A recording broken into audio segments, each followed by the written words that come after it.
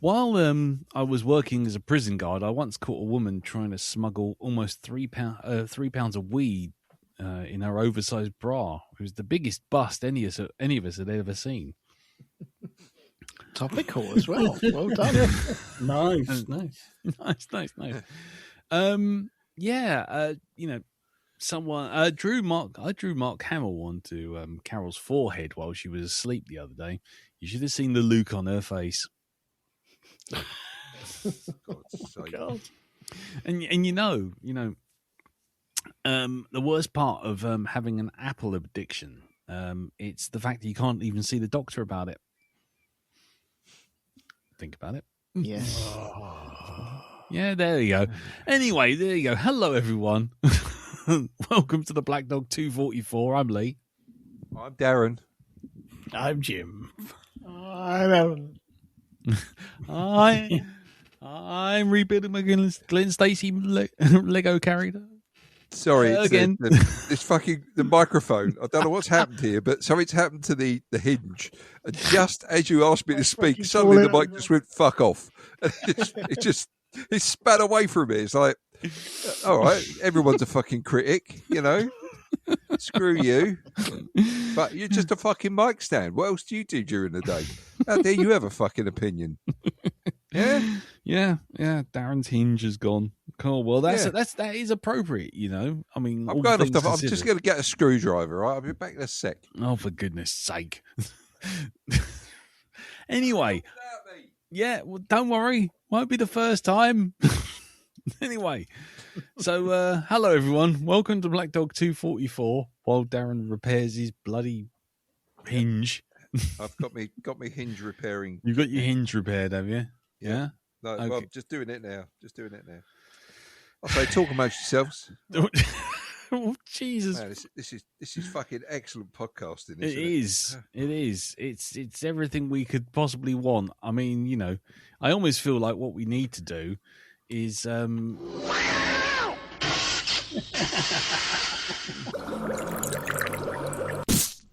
Darren's Craft Corner. So, Darren, what are you building for us this week?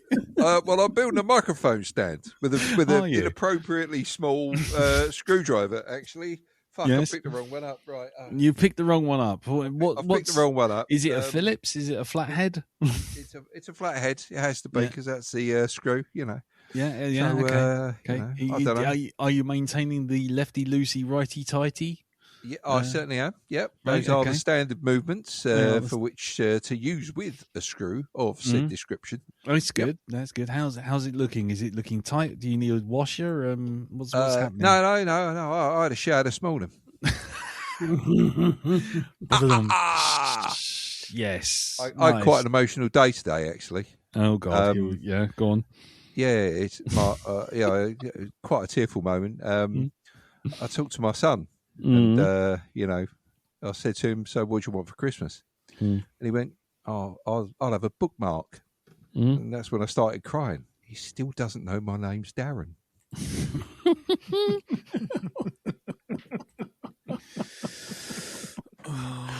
Oh, just carry on screwing the fucking. Fix your hinge. Oh, good Lord. Right. Has he gone? Don't tell me you put the fucking screwdriver back. What? Oh, good Lord. Anyway, hello everyone. 4 minutes in, the wheels have come off. I hope he's brought a fucking wheel nut. So welcome to the Black Dog. We're gonna do the usual old bollocks. We're gonna see how everyone's week's been this week. Then if there's any feedback for last week's episode, which I can't even remember now because my brain's completely frazzled. And then we'll move on to this week's movie, which is your pick, Jim, which was The Substance. The Substance. Whenever you have to do something to do, yeah. Do not take the substance. We'll get to that soon enough, I'm sure. So let's oh God, Darren. Yes. Is your hinge fixed? Euphemism. I'm trying to be a bit subtle about this. Go on. Here we go. Thank you. What the fucking hell's Hang that? on, what is that? I mean, we're talking about the substance this week. I don't think you need to go into sort of proper performative work. I brought RoboCop over to fix it for me. Days since RoboCop quote 0. Thank you. That's all right. No problem. Right. Okay. Jesus fucking Christ. Right. Well, let's find out how everyone's week's been. Jim, Yes. how's Christ your almighty. week been? Jim? Fairly busy, yes. It's a busy season. I do a lot for Christmas, but it is all actually done. Yay. Finished early, which is good. Mhm. And makes a bloody change. Right. Yep. But other than that, I've been giving the Christmas cake a drink, as is traditional. Yep. So it's going to be a very boozy cake, which I'm looking forward to. All Nice. smelling and looking good. Yep. I've got some pastry made, ready to make the first mince pies. Mm-hmm. And it'll soon come this weekend. I'll be decanting this year's batch of ginger whiskey. So, Oh, right. next week I'll be very merry. Next week, the Black Dog Cakes podcast and is winter sponsored by warmer. Alcoholics Anonymous. Indeed. Nice. Cool. Other than that, this week mainly I've been online and seeing comments about Welcome to Derry and yes. having the same stock response of, tell me you've not read the book without telling me you've not read the book. Oh, God. Is it like that? It's, oh, Jesus, the number of hot takes from people who clearly don't even seem to have seen the fucking 2 films or the miniseries, never mind read the book. Right. And I'm trying to like be smart-eyed and go, oh, but this, about that. Fuck off. Oh, Fuck off. You're just hardening my view that the internet has been a terrible mistake in the case of most people. right. I mean, Australia's got a social media ban for the under 16s. Yep. I'm all for having a fucking IQ test and a pop quiz of my own devising before you're allowed online. Yes. And believe me, traffic would go down dramatically. No, Yeah. I'm sorry, you're too thick for a computer. You have to go back to throwing rocks at each other like you used to, okay? May I suggest using your own shit as a painting implement? Yeah. Yes. You're allowed the crayons. You can eat them.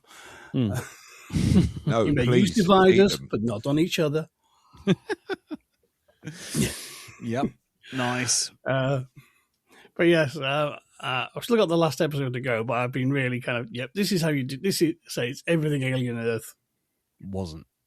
yes, basically, of how you build the law, you establish where there's a niche in the universe, you're consistent with the law, but it fits perfectly, and additions fit in, are extrapolated properly, and it's all just really just nicely well played, and it's kind of, I'm enjoying this. This is all just chef's kiss. Thank you, Lovely. thank you, enjoying that. So yes, Nice. but really, that's been kind of about it for me, basically. That's okay. That's cool. I am planning on watching Welcome to Derry over the Christmas period because I've got my Now TV subscription still with my broadband. So I'm like, I'm trying to binge through as much Now TV before I actually have to pay for it myself. So it's like having Sky again, but I haven't had Sky since about, I don't know, 2003. So yeah, I'm trying to catch up with everything. Cool. Okie dokie.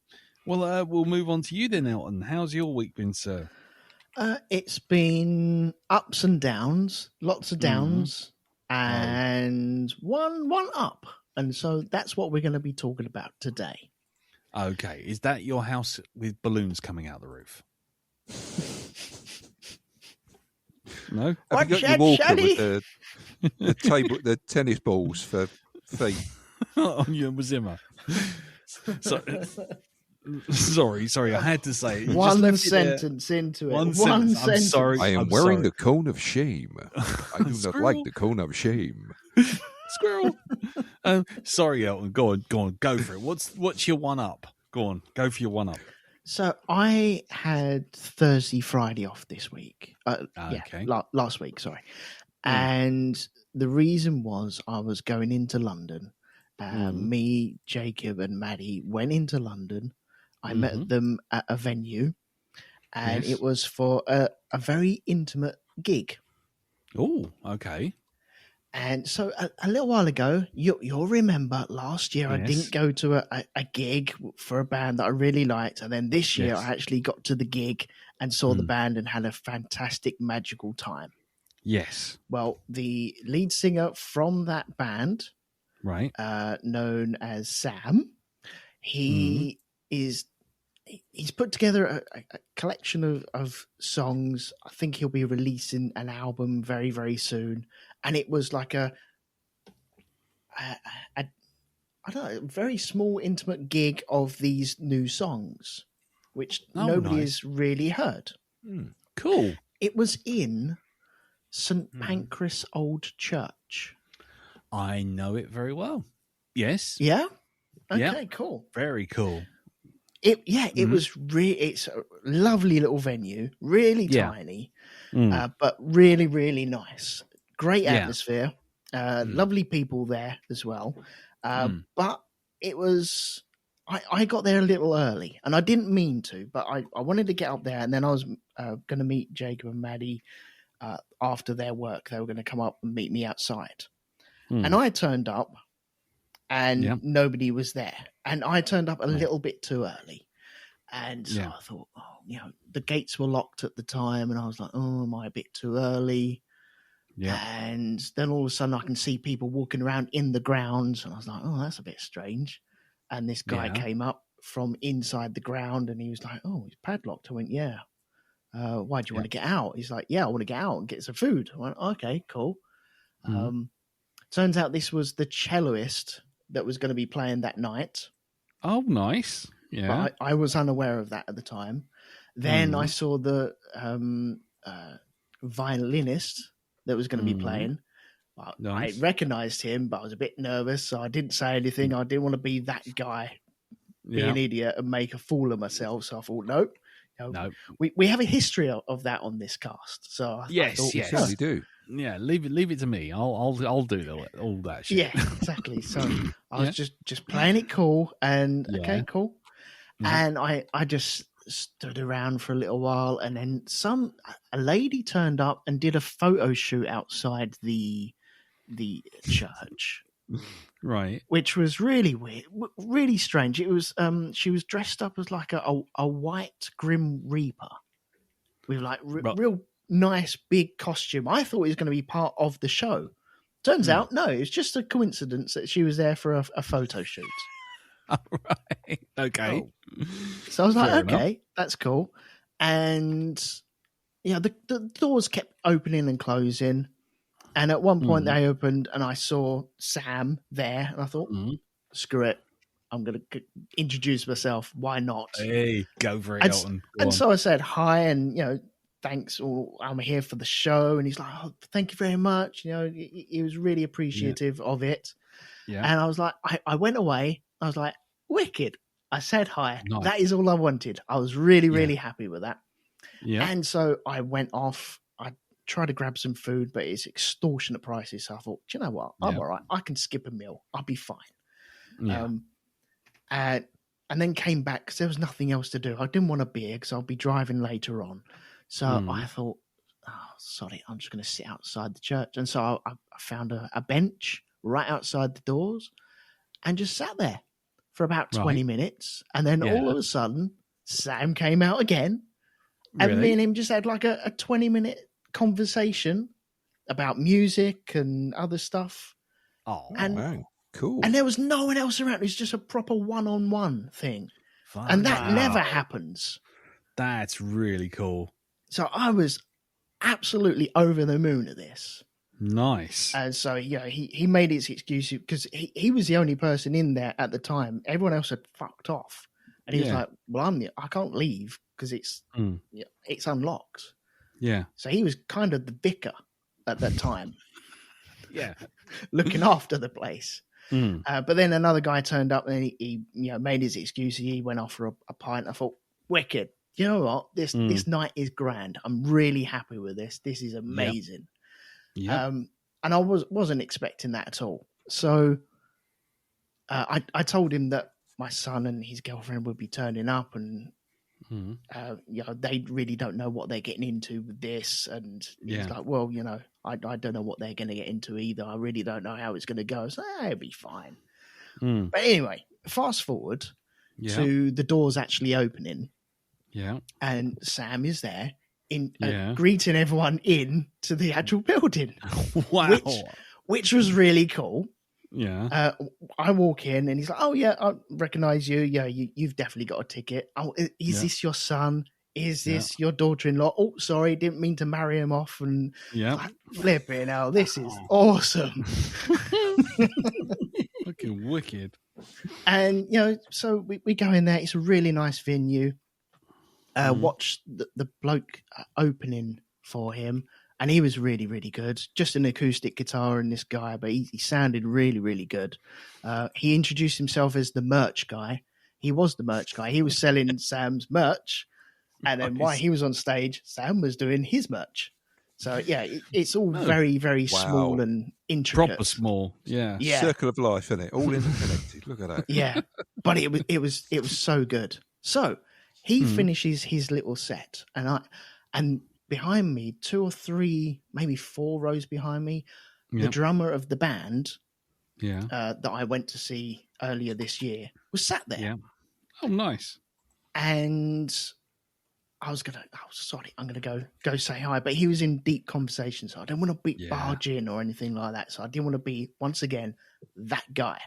No. So I didn't. So I thought, I tell you what, if an opportunity arises, I'm in there, that's great. If it doesn't, that's fine as well. So I nip off to the loo, and there's a little queue. And so I'm stood in a little queue in this foyer bit with people mingling around and talking and stuff like that. And I eventually make it to the front of the queue, and I'm just sitting there, standing there, just rocking on my feet backwards and forwards, as you go up on your toes and then back on your heels and just doing that. And then in the corner of my eye, on the left-hand side, I see Sam. And I was like, no, I'm not going to do it again. I'm not going to make a pest of myself and talk again. So I'll just leave not it. at the toilet. Exactly. I'm not going to do that. I'm not going to be a pain in the arse or anything like that. I've had fun already. It's all cool. Let's leave it at that. Yeah. And then I see this shape getting larger and larger and larger and looming. And it's all of a sudden, I have him right in my face. Right. And I'm like, I know what this mission is. I have a mission now. Oh, God. And the look is, I need to cut in front of you to use the loo because I'm on in 5 minutes. Oh, no. Right. And so he looks at me, he went, don't worry. Yes, you can. I understand you can. He went, I'm performing. I went, yeah, I know. It's fine. I understand this mission. It's fine. Yeah. Yeah. And that was just, it was a really small thing, but it was really, really nice as well. Wow. That's really cool. And then the gig was amazing. It was really, really cool. It was intricate. It was really tiny. It was just a piano, a cello, and a violin. That was it. But it sounded brilliant. The sound was amazing throughout the whole thing. Yeah. And everyone left really, really happy. So, yeah, had an amazing time. Got home about 1:00. Yeah. But still, yeah, man, I would do that again. Absolutely. That's a great little venue.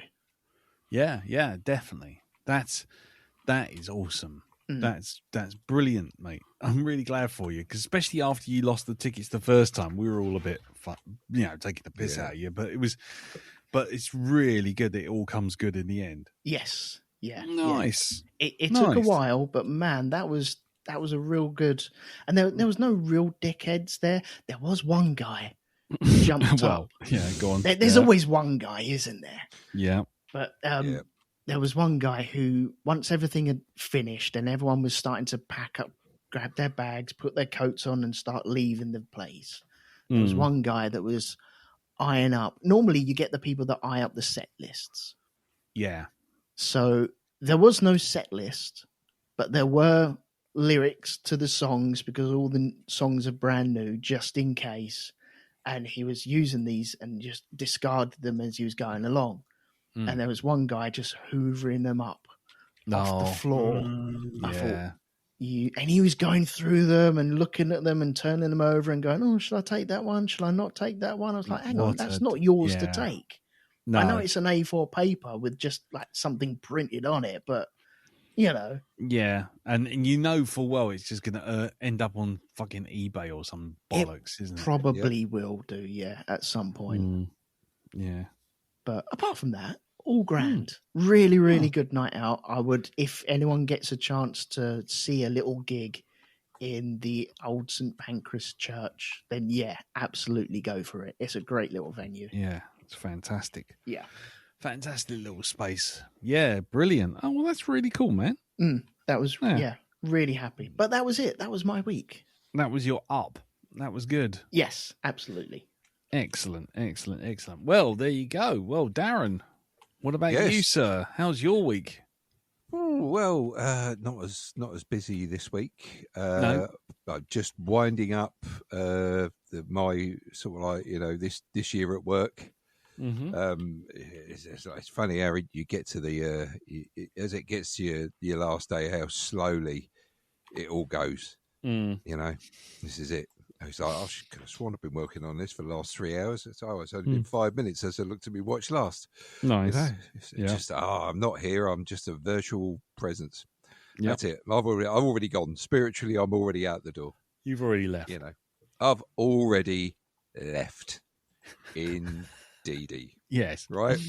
And it did get to the stage where at the end of the day, I'm just packing up to go, and my colleague suddenly turns to me and starts talking about, phone issues, and it's like, I think I must have given off the air of, I don't really give a fuck. It was nothing. There was nothing important in what he was saying. Just telling me he'd phone this person. I'm like, dude, it's 4:30. Okay, this is it, right? You can see I'm putting stuff away, and I'm leaving. Yeah, right. Because I've already taken out the IT sort of, the desktop engineer chip out of my head, and I've put it in my little case thing that I keep with my computer and everything in, and I've already put it away. This is it. So I honestly, I do not speak English. I put my pencil down. I've put my 2HB already back in its holder. I've shut the pencil case. The pencil case has been shut. It is shut. The pencil case. Yes. I put my computer away.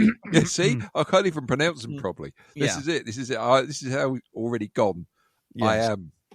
It's gone into the screensaver has come on. What do you want me to do? Yes, indeed, indeed. So I've also found that sometimes the universe does actually help you out as well when you're in a bit of need. Yeah. Mm-hmm. So as you know, I mean, all around prices for stuff has been, things have been steadily getting more expensive. Right? Yes, after last week's podcast, I think the beer pub attendance went down by 50% after last week. Last week, we were telling everyone how much. Fucking hell. Yeah, exactly right. And it's and I've noticed now the stores around, because there's talk of the sugar tax next year. They've already put the prices up of all sweets and stuff like this. It's £1.30 for a fucking Kit Kat now. Jesus Christ. £1.30, right? A tub of fucking Quality Street for Christmas, where it was like about £4 last year, it's £7 now. Mm-hmm.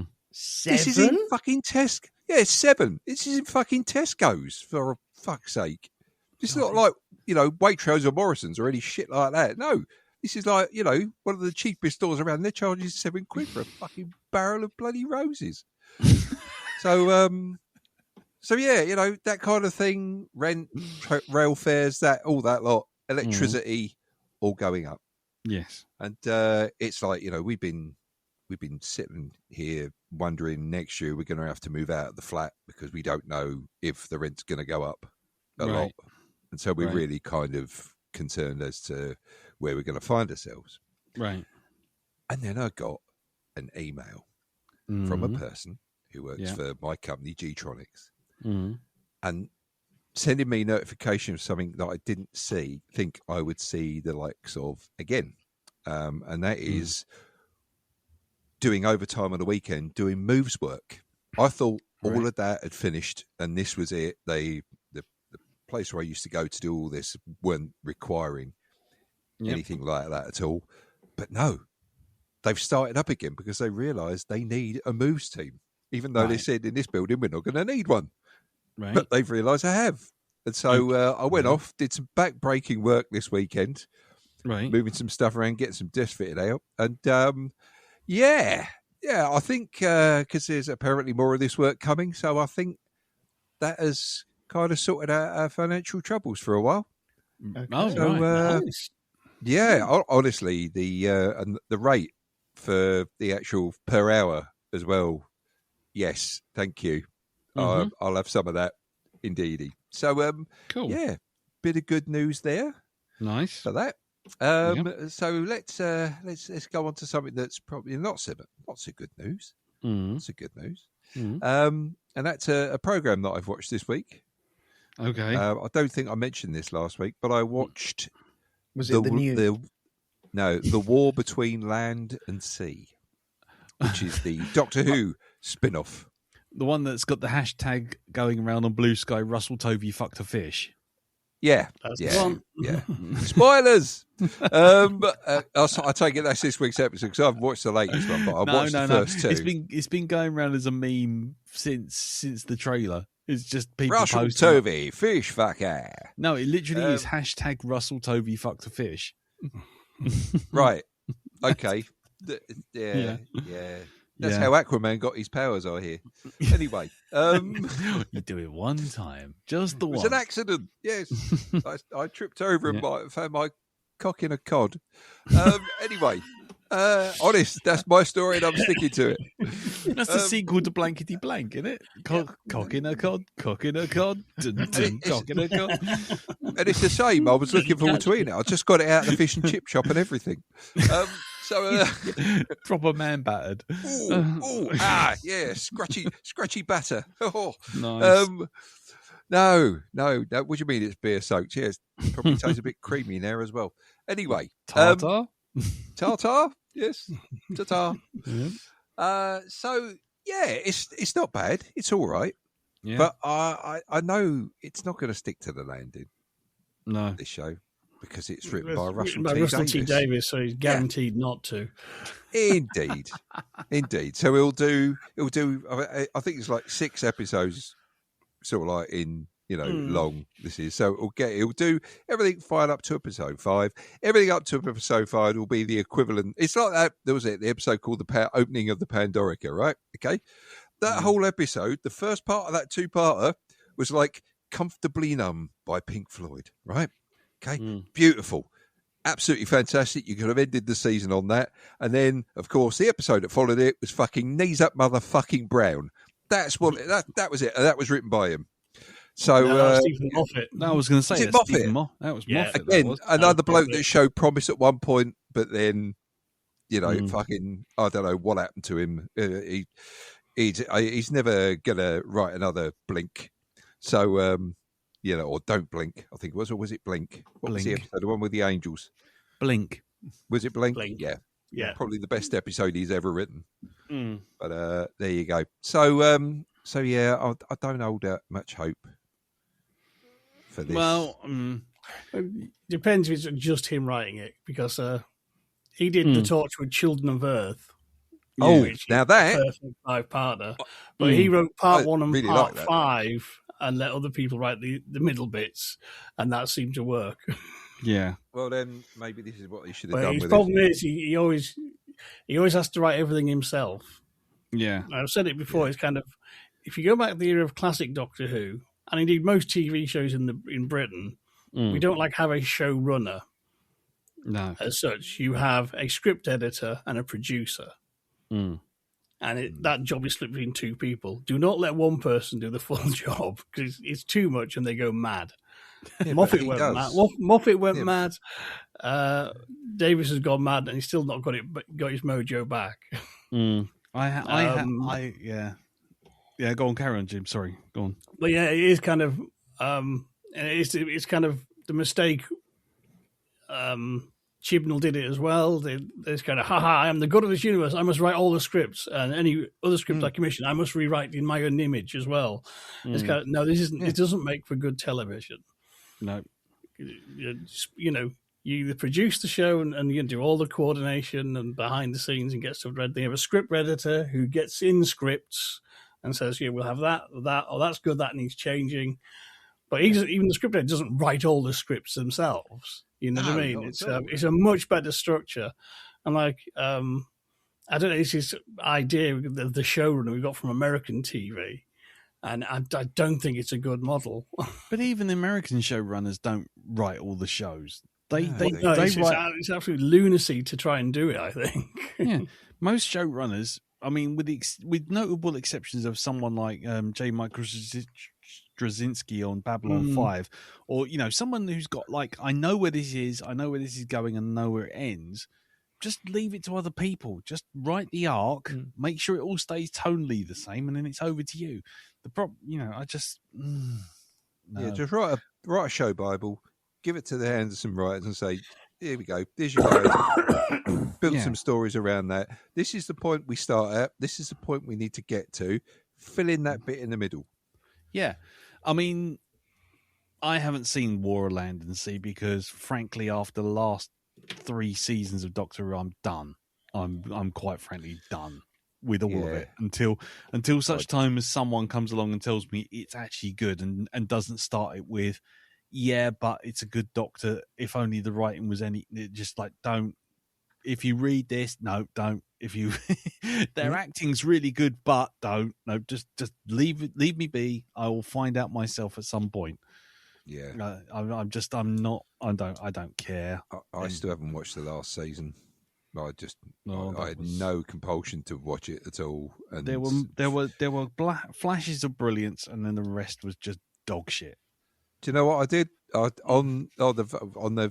that season? All I did was I skipped to the very last episode just to see what happened there. What was going on. I think it was the last 5 minutes.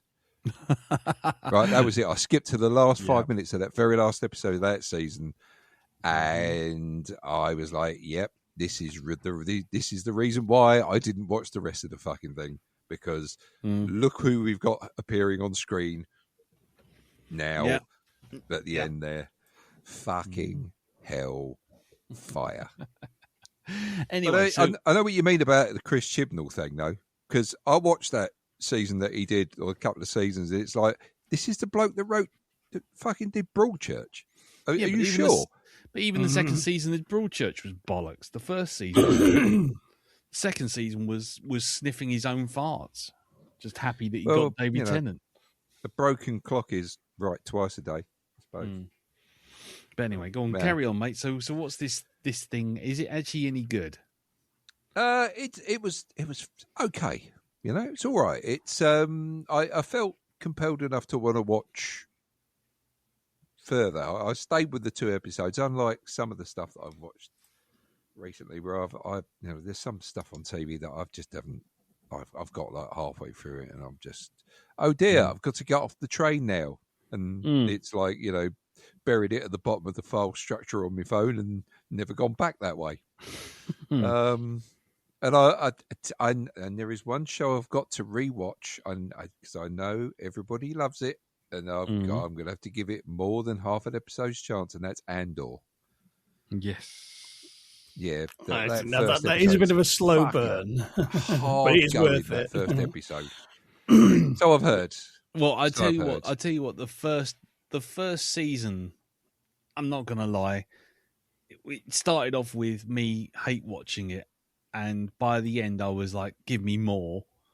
Yeah. But it is very much, you have to know that it's going somewhere. You have to trust it. That's the thing. And the problem is that I think most TV nowadays, especially with things like Netflix and stuff like that, people just don't trust it anymore. So if something starts off and it doesn't hit you in the face straight away, you just go, "Oh, it's going to get cancelled in a week's time. Why am I bothering?" Yeah. I find that hits me more and more these days. You watch something, you get halfway through like a first episode or second episode, and you don't even get those idiots coming up and going, "Oh, you should have started watching because by episode 15 it gets really good." It's like, no. I mean, the nature of TV now has turned into a point of if it isn't making you go wow in the first episode, you really aren't on a win. You aren't going to win by investing more time in it because chances are everyone else is fucked off. Yeah, and then it will get cancelled. So, what's the point? You know, it's like there was that one with Jeff Goldblum as gods, and they were all gods in Up Olympus. And I watched like the first episode and I thought, oh, it's all right. And I watched the second episode and thought, oh, it's got promise. And then like by the time I got round to like third episode, Netflix had already fucking cancelled it. And I was just like, what am I even bothering for? And that's the problem with all of this stuff now. So anyway, I don't know what the point was. So anyway, carry on, mate. How's your week? No, that's about it, really. But apart from that, I've just been enjoying having the first day off. Going, I can do lots of things. What should I do? Should I go to the cinema? I'll go to the cinema if I want. Go and get a haircut. I'm going to sit down and have a wank. Good. Yeah, I can have a wank. Yeah. A wank and a Weetabix. There we go. There we are. Or a Weetabix and a wank. Oh, you can do it in any order. I've got all the time in the world. Don't care. Apropos, can you eat 3? Well, wanks. Hey, I just made sweet loving to myself 3 minutes ago. You're trying to kill me. Yeah. I just happened to be watching The Substance. Why? Why'd you ask? Okay, cool. Right, well, my week then.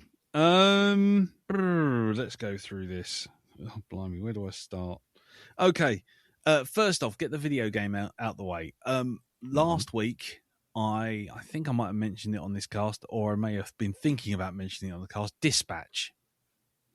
Did I mention it? Oh, yes, I think did, so, yeah. Okay, right, fine. I am in love with this game. Absolutely in love with this game. It costs 20 quid, 8 episodes. Every episode takes you about 20 minutes to play. The gameplay isn't all that. It's a bit like just sort of resource management.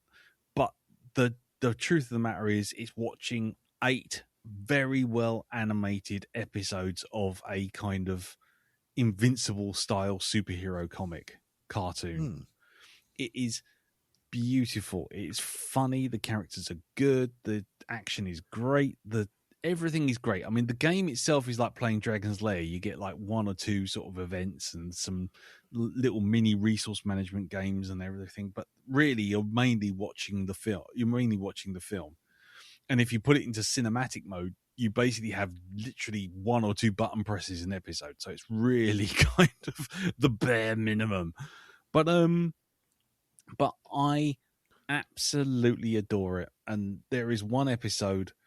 Well, the story is that you are a Iron Man style character and you've lost your suit, which costs too much to repair. It got blown up. Cost too much to repair, so you've had to take a desk job as a dispatcher for superheroes. And people pay a subscription to have superheroes come and rescue them. So people can phone up and go, "I need Super Duper Duper Man to come and rescue me because I've left my keys in the car," or something like that. I need Invisiboy to come in and scare the robber in my house or something like that. So you have to kind of allocate them to different jobs. And so there's a certain strategic element to that. But essentially the story is that you are a superhero who's out of a job. He's now running this desk job because it's the only way he can pay for the repairs to his suit. But not only that, but because your character has very inspirational kind of, the ability to bring people in and raise people up and give them a pep talk. you are put in charge of the Z team, which is the rehabilitation of supervillains.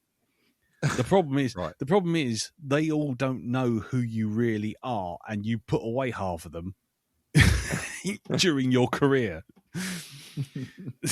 So the problem is that you've got to keep your identity kind of secret, or maybe not. Maybe you decide to tell them to earn their trust, but you kind of also have to, manage the team, get them to start working as a team, get them all to sort of believe in each other, and it's got real sort of heart.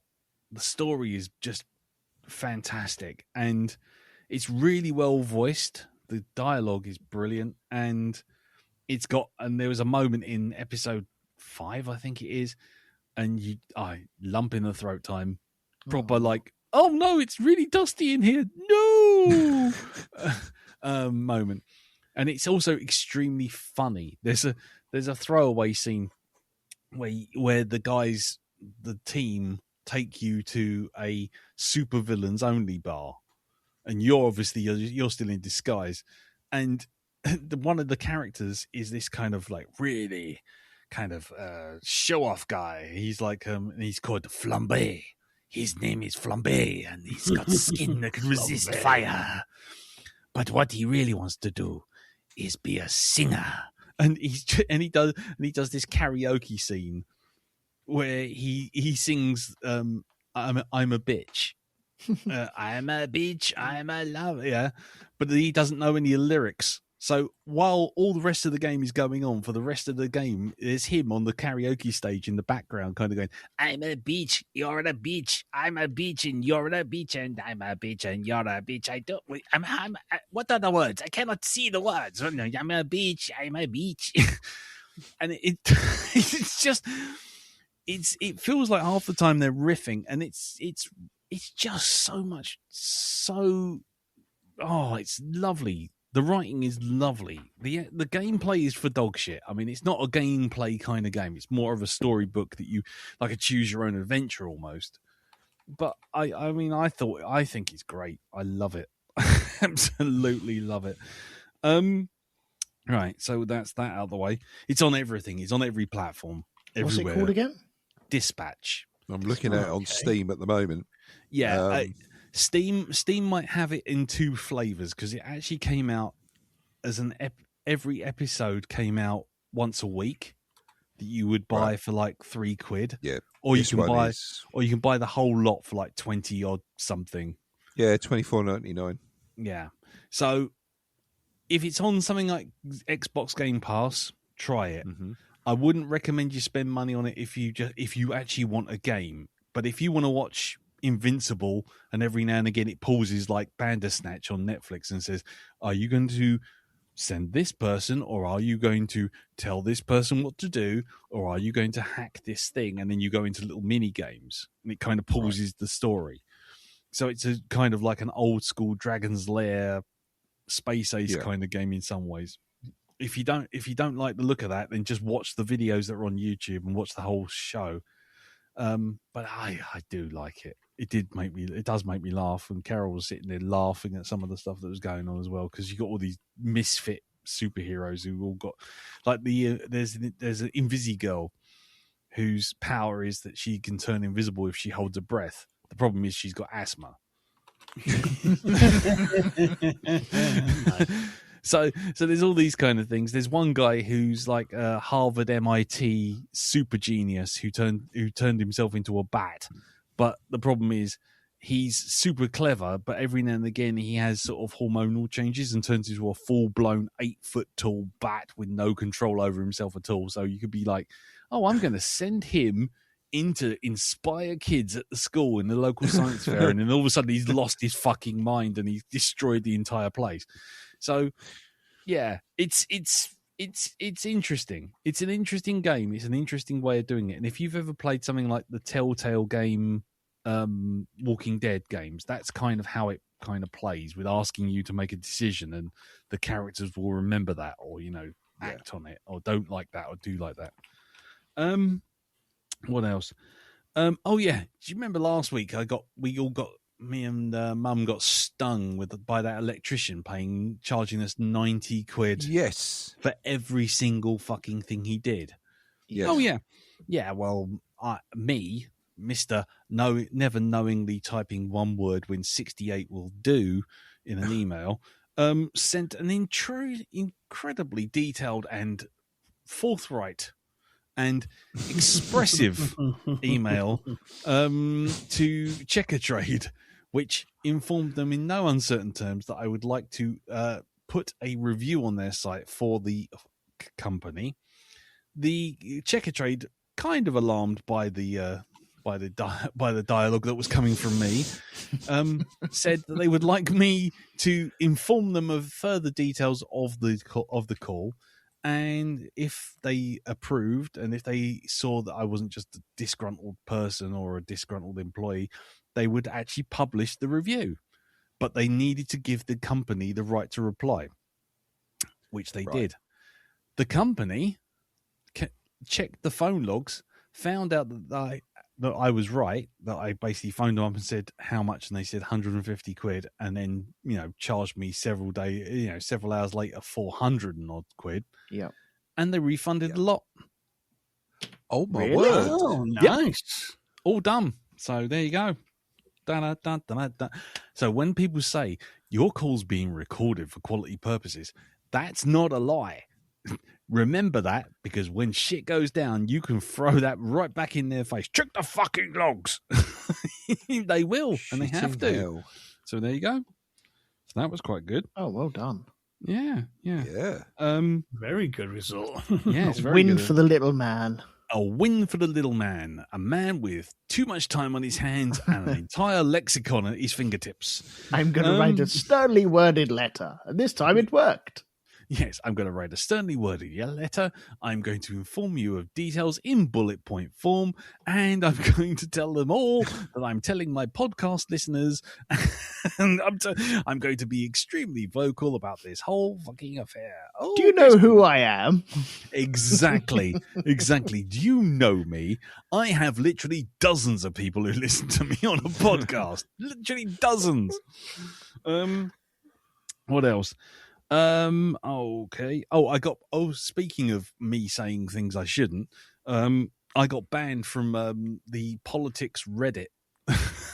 the official Reddit politics page, because after Donald Trump did that whole thing about Rob Reiner, RIP. Yeah. Everyone's going, that's disgusting. What terrible. Oh, terrible. Blah, blah, blah. It's not very presidential. And I went, let's just call it what it is. He's a cunt. At which point I was told you cannot say that on the politics public Reddit, because it's disparaging to ladies, and that's understandable, and I'm totally down with that.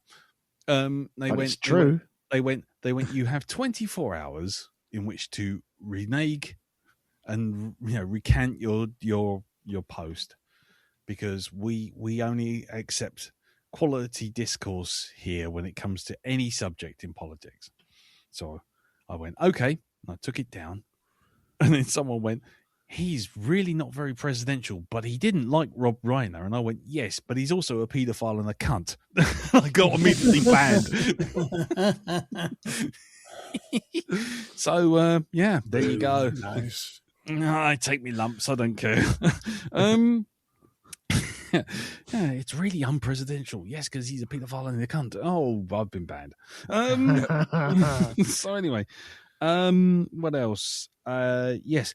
Oh, and finally, I had to go to Bristol on Thursday because it was our Christmas do. Oh, it was work great. Christmas do. Woohoo! And I went down there, and my job wasn't to just have beers. My job was to teach 12 drunken people from marketing team and engineering visualization how to draw a robin.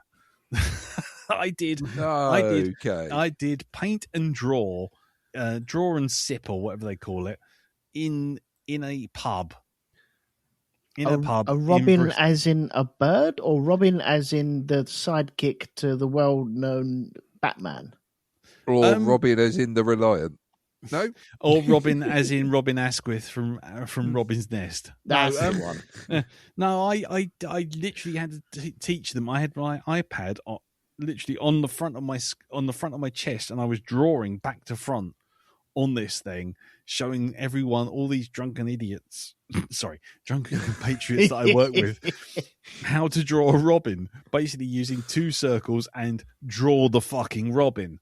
And yeah, but the reason I bring it up, not just because that was okay, it was an okay event, it's fine. I was there until 7:00 at night, but I was in the pub that was everything that you would hate, Darren. Absolutely. Oh no! Everything. Got chips served in an old shoe. Well, something. Well, sir. You see, what you do is they go, we have put the card behind the counter. And you're like, right? And they go, yeah, order any food you like off the menu. It's our way of saying thank you for taking your time out to do this. I'm like, right, no problem. Looked at the pizza menu, and it was gluten-free pizza. It was the big seller. The big seller was a courgette pizza. Yeah. So slices of courgette, which had been sliced and dried, and it was said to be quote unquote made pepperoni flavor. What? Yeah. So basically, it was the entirely what to vegan. Do with that. No, exactly. It was an entirely vegetarian kind of food stuffs everywhere, and they tried to make it all into meat flavors. Let me tell you, I don't care what you do to a courgette, it's never going to be pepperoni in a million fucking years. Not even if you just stapled the word pepperoni to it and then wrapped a pepperami around it. It's still a fucking courgette, which is, and I'm going to be coming on the officials here. Officially, it is the most disgusting lump of shit that you could grab out of the ground and pretend it was a vegetable that was good for you. It is literally the worst thing on earth, a courgette. But yeah, they made an entire pizza out of it, so there you go. So then I thought, no, I'm not having that. I know what I'll have. I will have chips. Chips. Yes, chips. So I ordered some chips. Do you know what the chips were? They were baby potatoes, sliced in half, boiled, and drizzled in a what's it? Oh God! It was a hot honey? A olive oil, and it was served on 2 pieces of slate held together by 2 staples. Oh, fuck off! Oh God! Fuck off! Really? Yeah.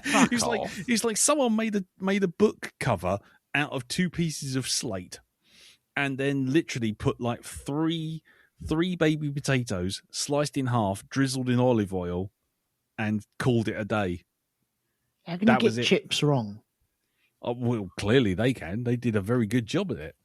Was it served to you by a beanie wearing bloke on a fucking unicycle or something like that as well?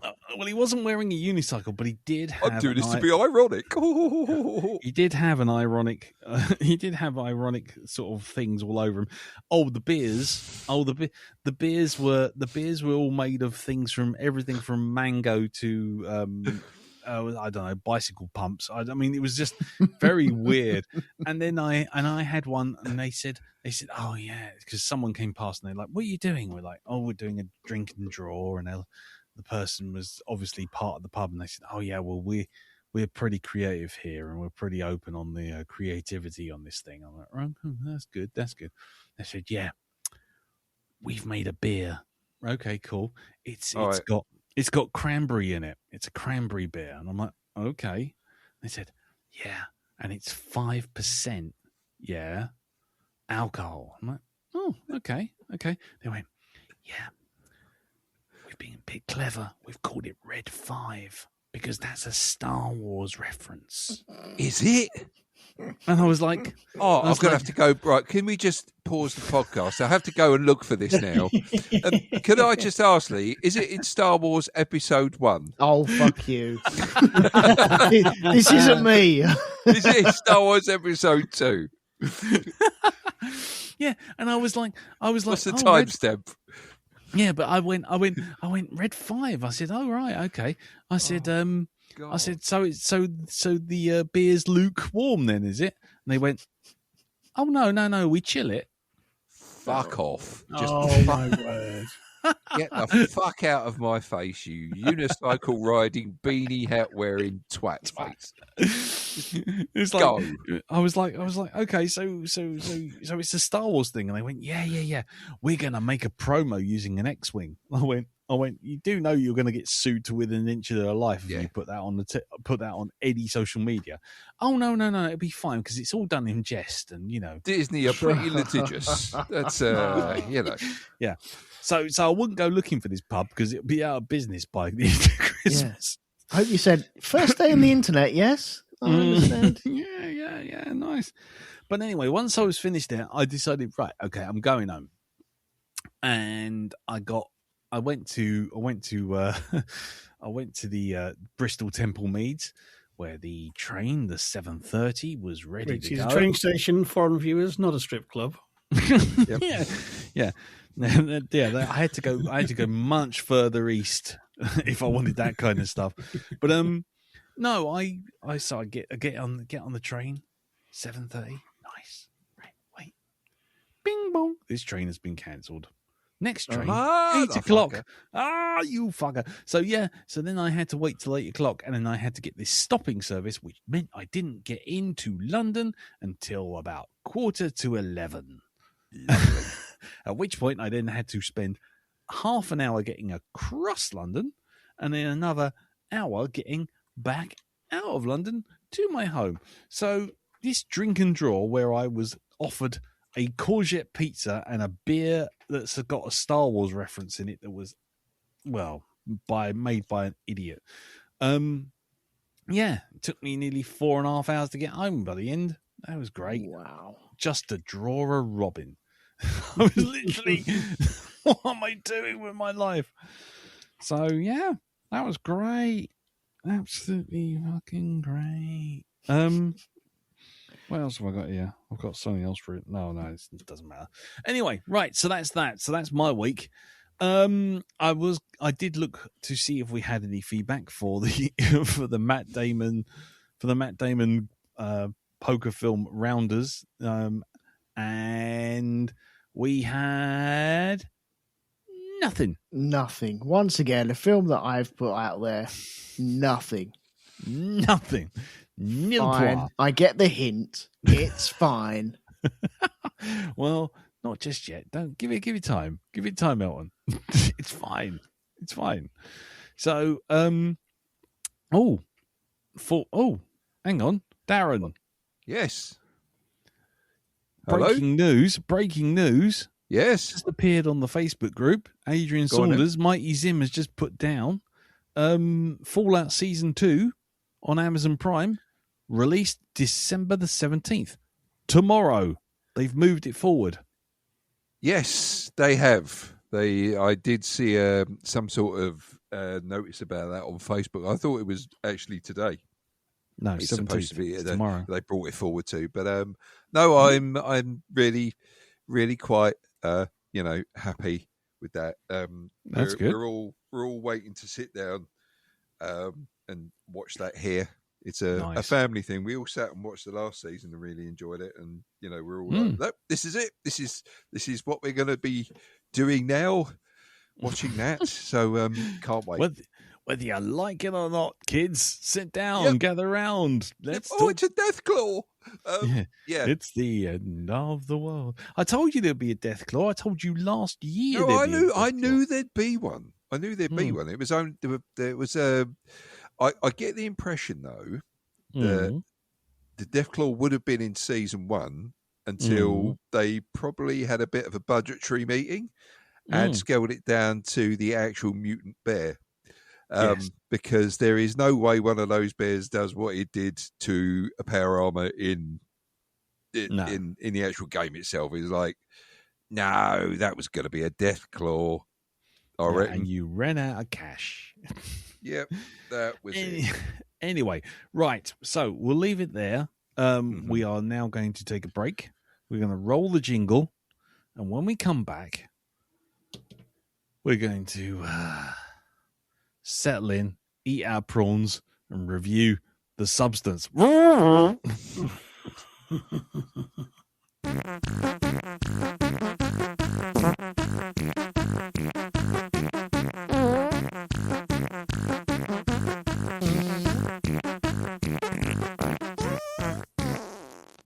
Right, so The Substance is a 2024 body horror comedy, dark comedy film written and produced and directed by Coralie Farja, even though it's spelt Faragate, and so it's not, it's Farja. My Farja? My Your Farja. My Can they Farja. cover his you holding gold? Gonna get you more than that, covered in gold. Oh, but Oh dear. The film follows Elizabeth Sparkle, played by Demi Moore, a fading celebrity who, after being fired by her producer, Dennis Quaid, who, I don't know, has a knack for eating prawns, that's all I'm going to say. yeah.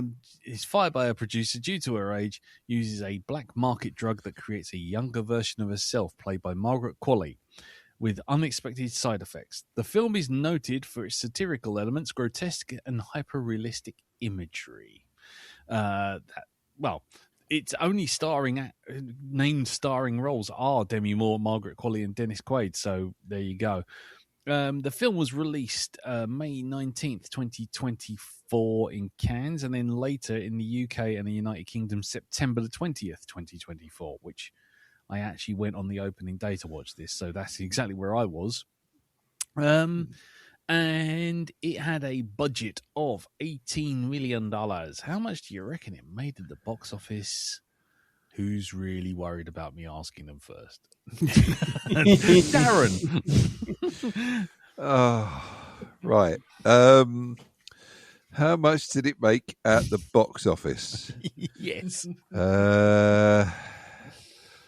300 gallons of stabilizer.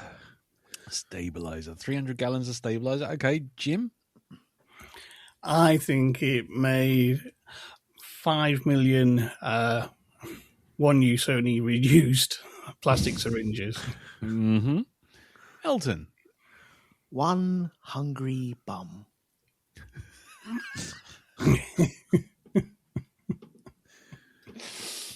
Well, you're all wrong.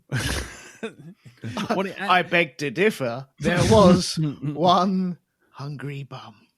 It actually made 400 copies of the Jane Fonda workout DVD. But no, it actually made $82 million at the box office.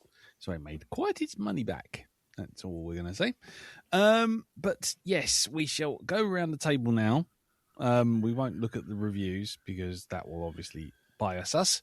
And we'll do you last, Jim. And I will go second to last because both of us have already seen this film once before. So we'll start with you, Elton.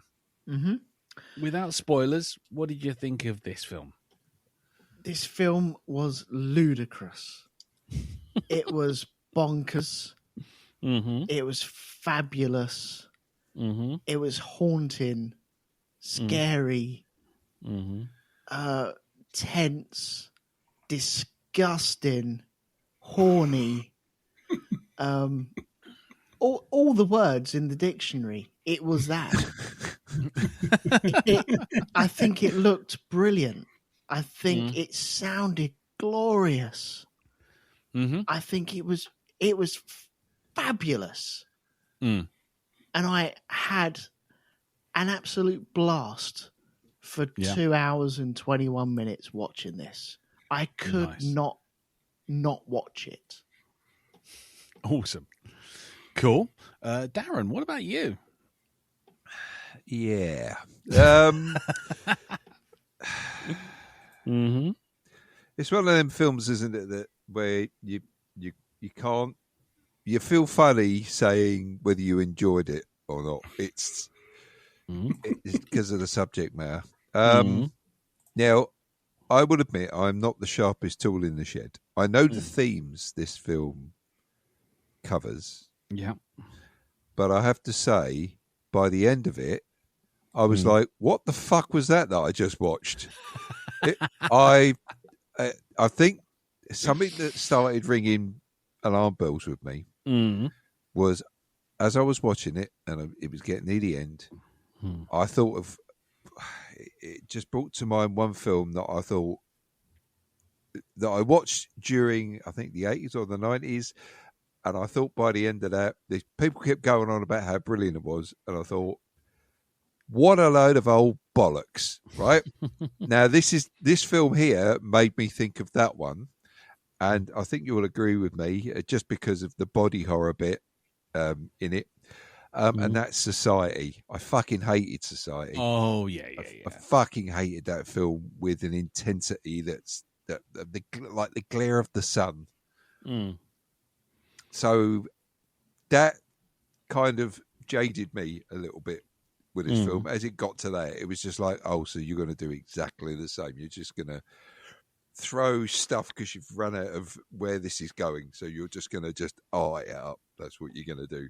Okay.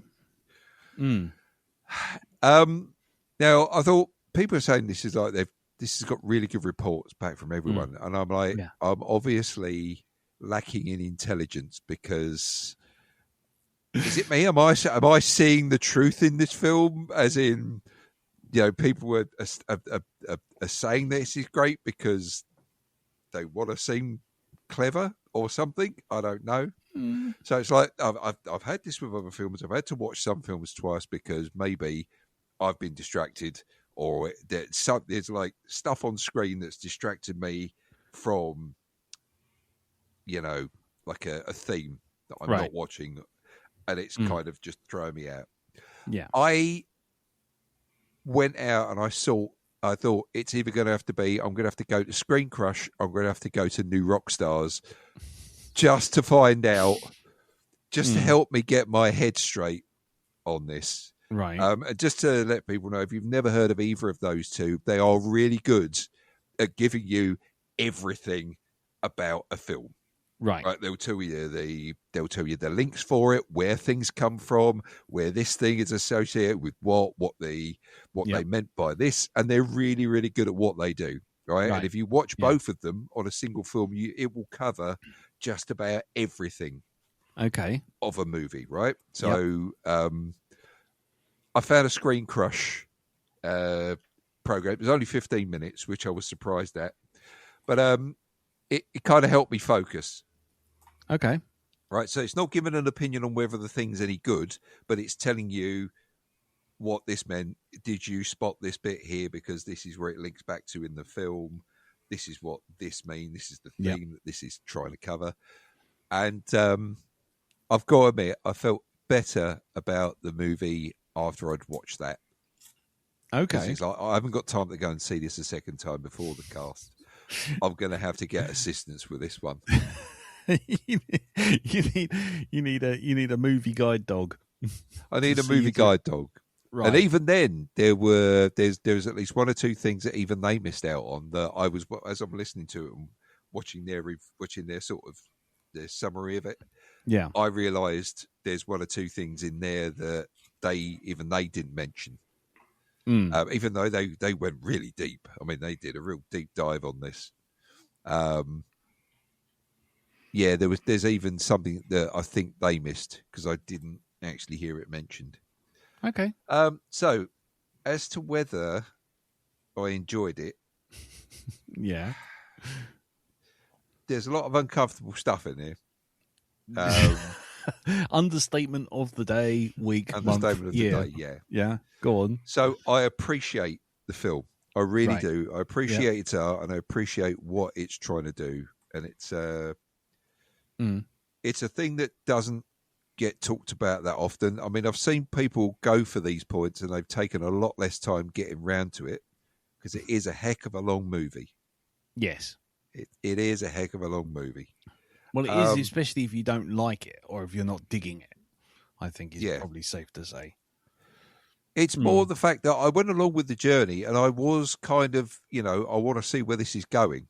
And up to a point, up until it started doing the crazy go bonkers. What I thought was, what I thought was, oh, I'm bored. I'm just going to art it up now. Just going to throw a bunch of random images on the screen. I'm going to do some stuff that's a bit crazy because I can't think of how to draw this all together in a cohesive thing that is quite simple to understand. Okay. Up until that point, which I think was about 3/4 of the way through the film, I was really kind of in with it. And it was like, yeah, this is great. But then all of a sudden it started now. It took a bit of a right turn, shall we say. While I appreciated some of it in that last bit and what it was trying to tell me, there's a lot of stuff that was lost in translation, and I think it was because of what you are bombarded with on screen. Okay. So yeah, I say, it's a good film.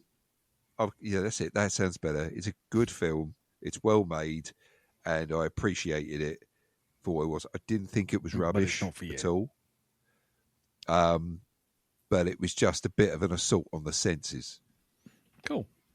In places, and I think with some, it's easy to get distracted. I think with this, and not with the sort of like the bits, not with what you think I mean. Just in general. What do we think you mean, Darren? There's a lot of suggestive stuff in this film, which I learned is actually quite deliberate. So, and that's what made me appreciate it more when I, had this stuff confirmed to me. Okay. So it gets a. Can you give it a thumbs up? I don't even want to say thumbs up because it's like a thumb up where. Hold on. Caution! This podcast is reversing. Caution! This podcast is reversing. We are backing out of thumbs up conversations. No. This podcast is right. reversing. So stop it. You've been warned. No thumbs up, Mr. Barnard. And if you get too far, we'll have to get into Patrick Stewart. But even before she can get her knickers on, I've seen everything. We're not having none of that. None of it. So we got Patrick and Jim's reversing. Yes. We're right there. We are going to try and keep this on the level. This podcast is respectable, God damn it. So there will be no entendres of the Dubler kind. Then. Well, no? you can, but just bear in mind, you will be warned. Anyway, right. So you would not give it a thumbs up, you dirty beast. You would approve of it, yes? Yeah. How many boobs out of an eye socket would you give it? Jim? Caution, this podcast is reversing.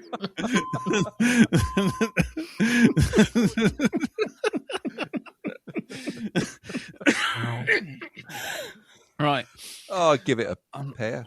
Hey, right, okay. Oh, good Lord. Right. This is gonna be a long night. I can feel it already.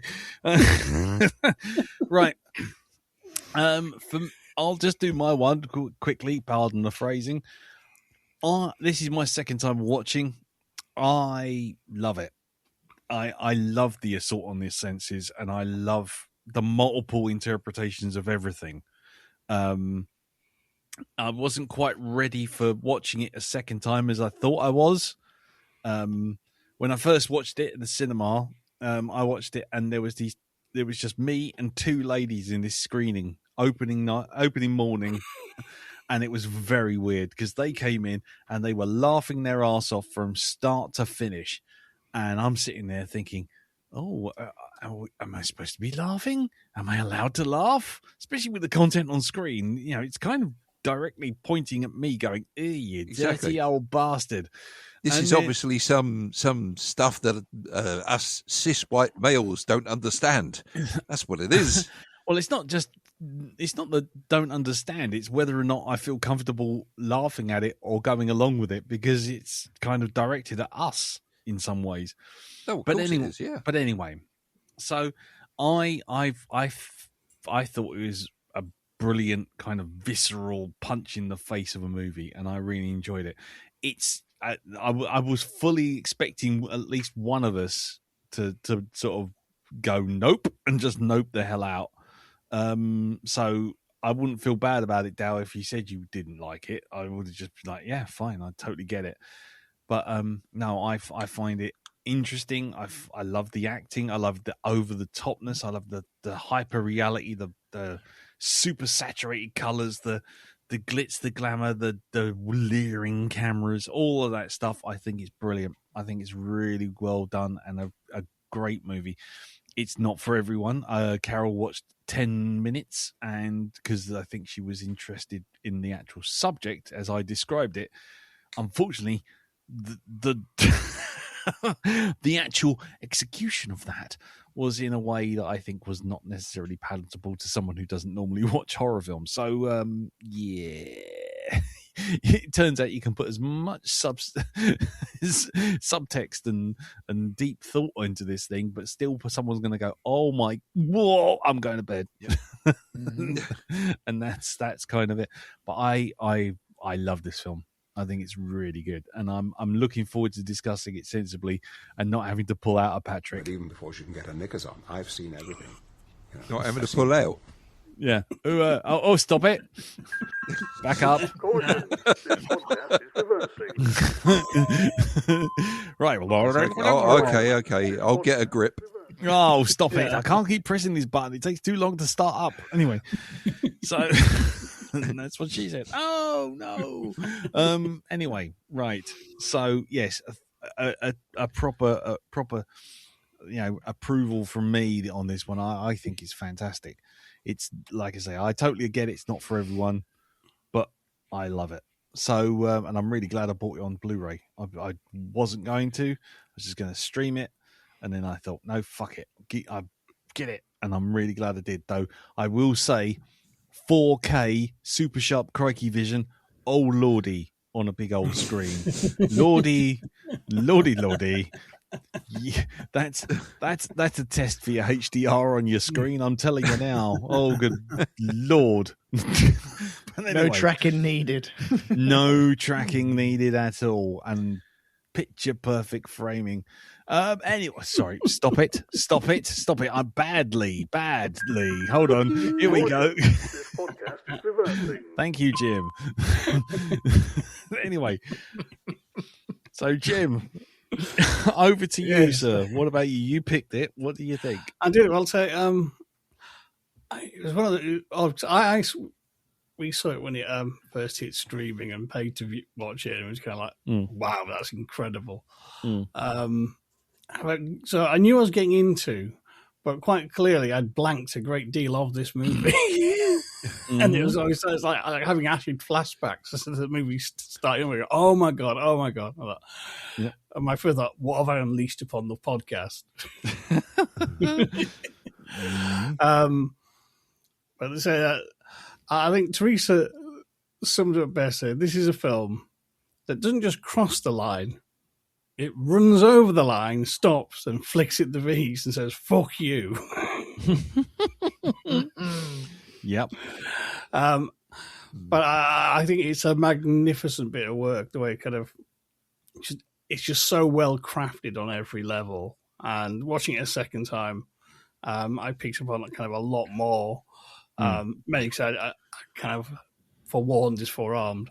But you know what I mean? There's all sorts of, I'll go into this in the spoiler zone, but there's all kind of, I hadn't spotted that. And that's that. And you know what I mean? There's lots of layers to it. And I think it's a fabulous movie, and for a film that's very long, it seems just to fly by. It's just one wild ride.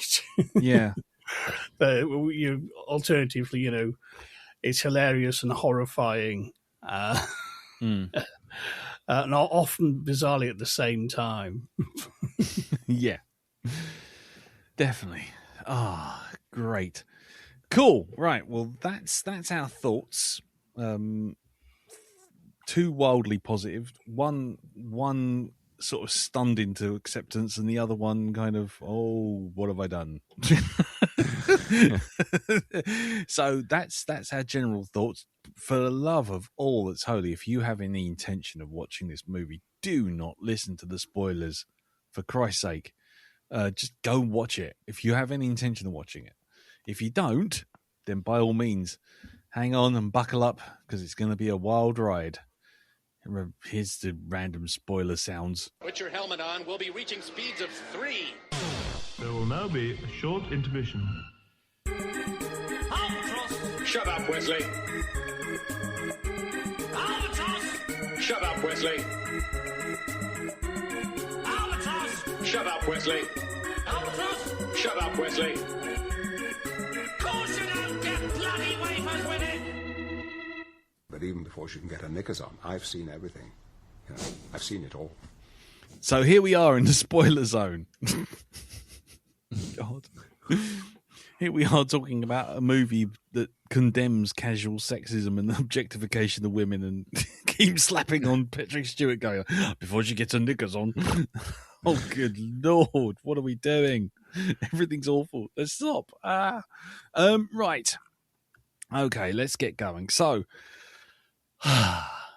there's a lot in here to unpick, and I think before we go too far, let's just start with, what do you, if there was one theme, if each of you, I'm going to go around to each of you, if there was one thing you were going to pick out and point to and say, what is this film about? So you got an elevator pitch, you got 15 seconds, and someone's asking, what is this about?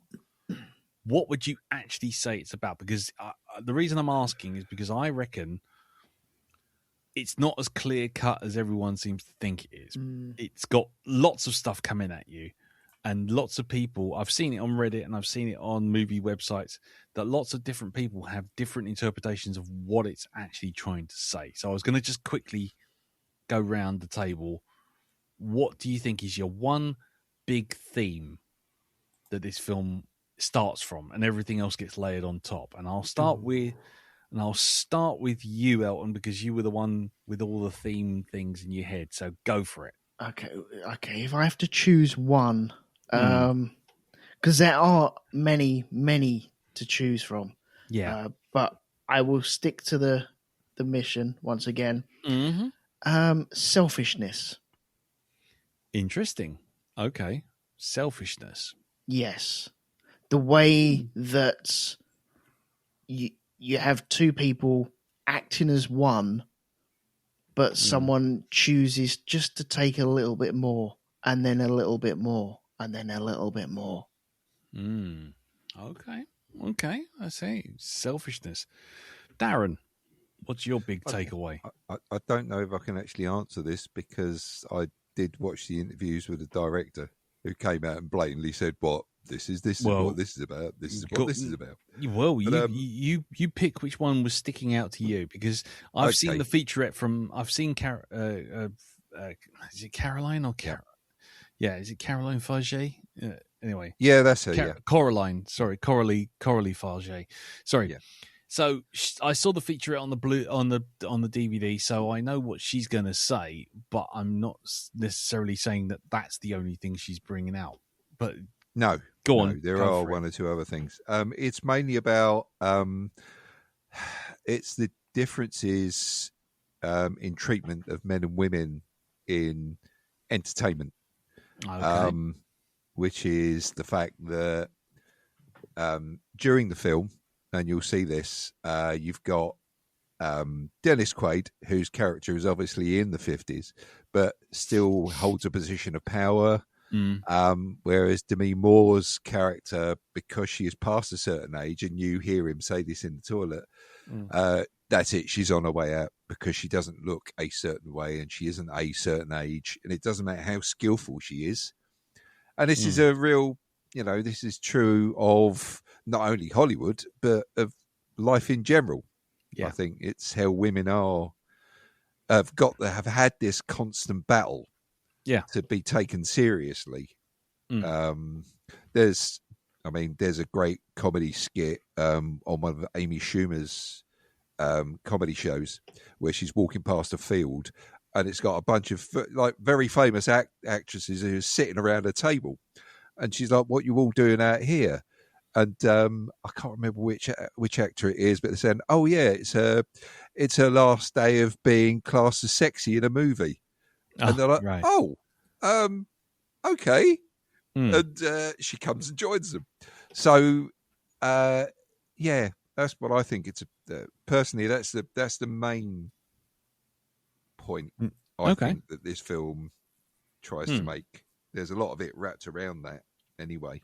Okay, no, it's fine. We don't have to cover everything. It's just the one that stands out to you because, I like I say, I was looking on a number of different sites after I saw the movie the first time, and it's interesting to see what bit stands out the most to different people watching it. So it's there's lots of little nods, I think, to other kind of themes, but there are ones that are front and center. Yeah, in this, and to me, that is the thing that stands out the most.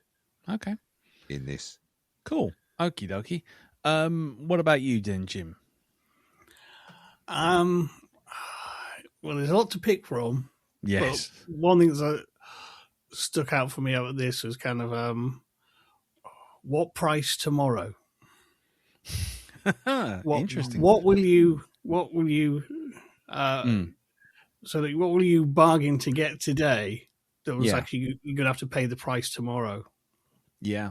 And how much are you willing to literally flush your future to get something like now? Yeah. Okay. Yeah, it's sort of almost like that sort of a human representation of pay on HP. Well, that's it. It's kind of everything has a price. Is how much? What are you willing to pay? Yeah. And more important, how much are you willing to literally sell of yourself? Yeah. Cool. Okay. For me, there was two major ones. I'll only pick one to stay within the rules of the game that I've just set. And for me, it was female self-loathing. It's all about self-loathing and how that's put upon women by everything, and how much they hate themselves even when they strive to look pretty or whatever, and because that's what society demands on them. Whenever they strive to do this, that, and the other, they strive to improve themselves, they strive to do this, that, and the other, even when they achieve it, they've got a self-loathing, whether it's because they've hated what they've had to sacrifice to do it, or what it's costing them in terms of their own soul to do whatever it is they need to do. So that's represented by the Margaret Qualley character and the Demi Moore character. Essentially, they are the same person, but they hate each other. And they hate each other for different reasons, but they always forget the fact that they are the same person. So it's the same person hating themselves for different reasons from a different perspective. So it's the pretty one hating what the old one's wasting their life and eating chicken and just being a general waste of time, as in her eyes, and then the older one going, "Well, you're taking my life. You're destroying. You're doing all these fantastic things, and you're sucking all the life out of me." As I try to maintain that look, and I think it's purely about that. That's the bit that stood out to me. The hatred between two characters who are essentially the same person. And they don't recognize each other, even though they are the same person. And as the substance voice keeps telling them, you are one. And they both in both iterations, Sue/Elizabeth ignores it and cannot stand the sight of the other one. Neither of them can stand the sight of the other one. They hate each other. Mm-hmm. And yeah, that leads to the finale, which we will definitely get to, because Crazy Go Bonkers Land, oh yes indeed. But I think it kind of wraps that point up at the very end. But anyway, so that's my takeaway. So that's interesting that all four of us watched the same film and came away with totally different interpretations of what the main theme of that film was, and missed the main one, which I think is drug addiction. Which is like, you can't give it up. It turns you into someone that you're not. It ruins you. It eats you up inside. It's interesting. It's just an interesting thing to note. Mm. Okay, so let's launch off from there. So let's address the elephant in the room. Let's get Patrick out the way. But even before she can get her knickers on, I've seen everything. Yeah, I've seen it all. So the film itself kind of frames it from Sue/Elizabeth's perspective, or Elizabeth Sue, shall we say. But it's clearly all the way through, whenever you see Dennis Quaid or those guys he's hanging around with, or anyone who's on the stage, or even the cameras, it's all goes into this fisheye lens, leering all over Margaret Qualley's arse and her fanny and her tits, and it barely looks at her face for most of the time. How did that make you guys feel? And and I know this is I know that it's, yeah, I knew it. Hang on. Caution, this podcast is reversing. That's it. Don't make me press the button again. Caution, this podcast is reversing. What I'm trying to say is, did you feel judged by the movie and put in your place, or did you just go, well, actually, she has got a nice arse, and just carried on watching it? Because the thing is, the movie seems intent on, giving the audience the leering sort of the atypical leering dude view, and goes into that fisheye lens, and so her arse looks bigger and her tits look bigger, and fanny looks tighter, and it's always down on the low, and every time she kicks her legs up in the air, you're right smack bang in the middle of the shot. Now, it's supposed to make you feel bad, but it's clearly doing its damnedest to titillate you. So how did you feel about it? And I'm not just talking about sitting there in your pants or hoping that you wouldn't be spotted on the train. I'm talking about how did it make you feel judged? And did it make you feel bad for the way you look at women, or did it just kind of, that message just kind of straight over your head, or did it hit you and you just go, yeah, but look at this magnificence right before me? No, I understand all of that. I understand what the movie was trying to do, so I don't sit there going, oh wow, this is trying to make me feel uncomfortable. Because I know sometimes when I watch a movie and it tries to make me feel a certain way, I retaliate in that. Yeah. Not consciously. I just know what it's trying to do, and I'm all of a sudden my senses are like, no, I don't want to go there. I'm not there to do that. Yeah. And I understand the exploitive nature of it, of, you can almost see what she's had for dinner that day. It's so. Do you remember when everyone was having a go at Michael Bay and the way that he shot Megan Fox in Transformers? Yeah. Everyone had a go. Oh yeah, all leering all over her, and look how he's dribbling all over her. This is just 4 steps up from that. This is so. It's almost pornographic. It is because of the choice of shots. All the fucking hungry bums everywhere. It's just incredible. But I suppose it did make me feel a little bit uncomfortable at certain points. Right. But because it was a shot that I didn't want to see. I didn't want to see that. Didn't you, Elton? No, honestly, didn't. No. Yeah, no, go on, carry on. Because I think that's the whole point of it. It wants to make you feel uncomfortable in what they're showing you. I suppose it did its job in that respect. I was sat there on my own, fully clothed, watching this. But watching it go on the grass. I was still looking over my shoulder like this. This is a bit close to the knuckle. And it wasn't the knuckle. No. Stop it. Oh, hang on. Is it a bit close to 5 knuckles? Yeah, I'm sorry. Go on. But it was. Were they kind of like in a shuffling motion? Leering. It was really, really graphic. Sorry. Yeah, sorry. Go on. Yeah, it was really graphic and trying to make people feel uncomfortable.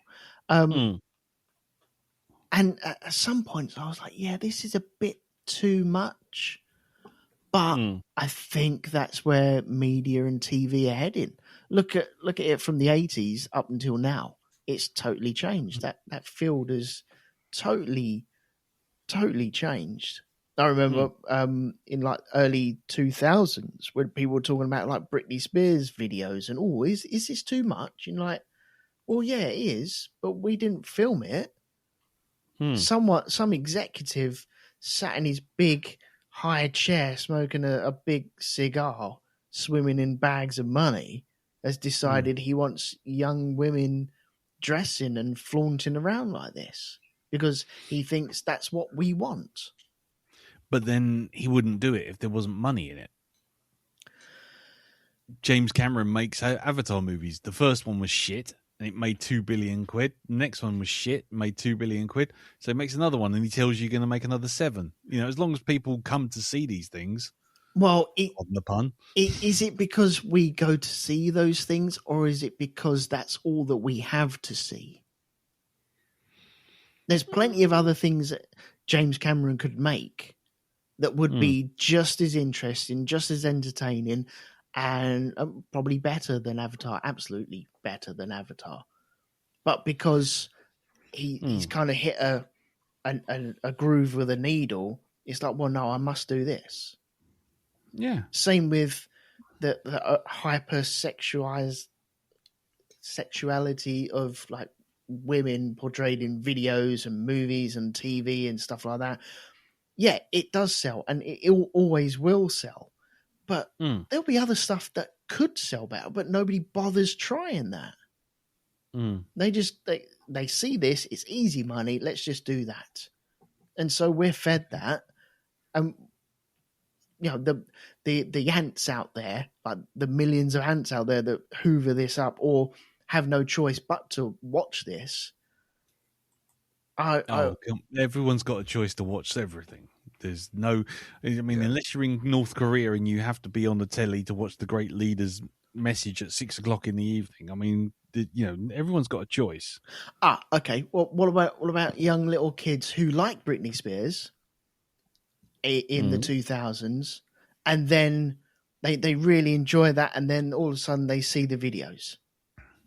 They didn't get a choice. They like the music, and they follow that to the videos. They don't get a choice of what they don't get a choice of the video that is portrayed to them.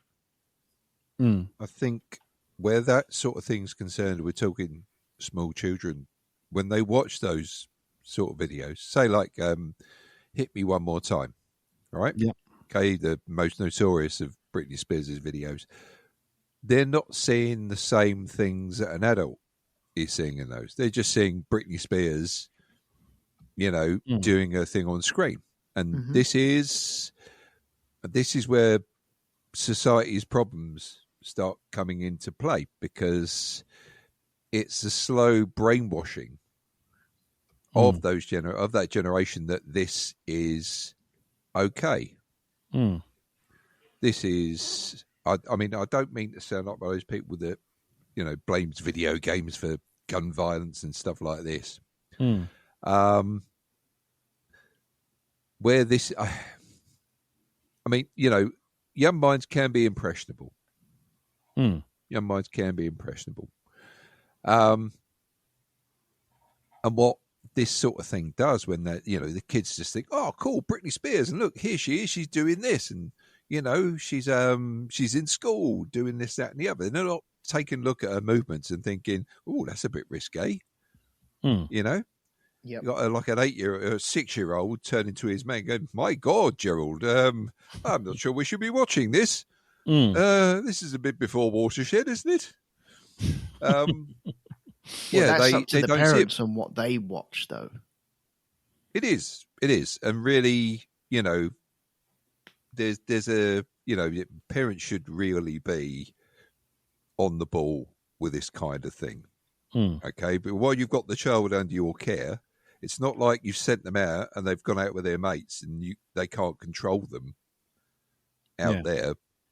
It, you know, it's, you've got them within the house. It's not a massive area. They're not a million miles away. You can, you know, you can just about control just about anything that they see at that point.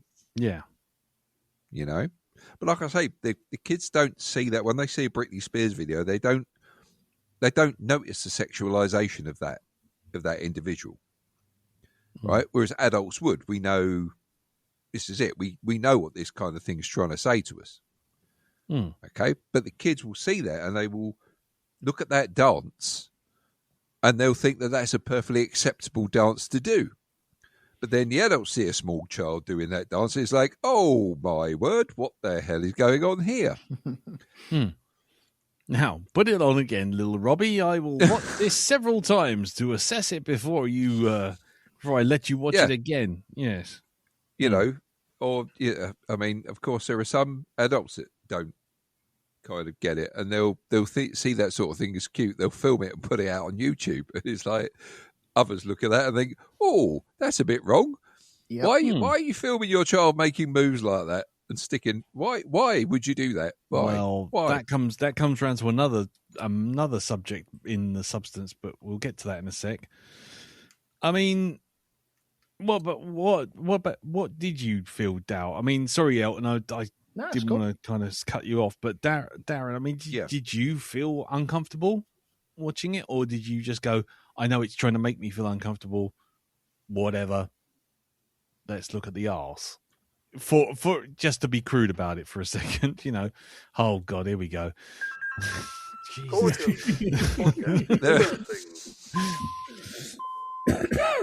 So, what did you? Well, looking at the actual, you can see the difference between how Demi Moore is filmed and how her young counterpart is filmed.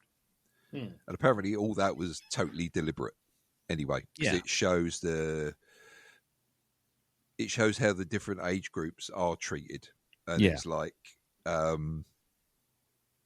you know, you see it in fashion magazines as well. I mean, how many pictures do you see of blokes looking over their shoulder at the camera with a coy look on their face? You don't see that, but you'll see an awful lot of female like characters or actors, models. I don't know, if you go up Old Compton Street, there's whole shops of magazines of men looking coyly over their shoulders. Well, I'm sure there is. Yes, you just have to look in the right place now. Yep, indeed you do. Book of Butts.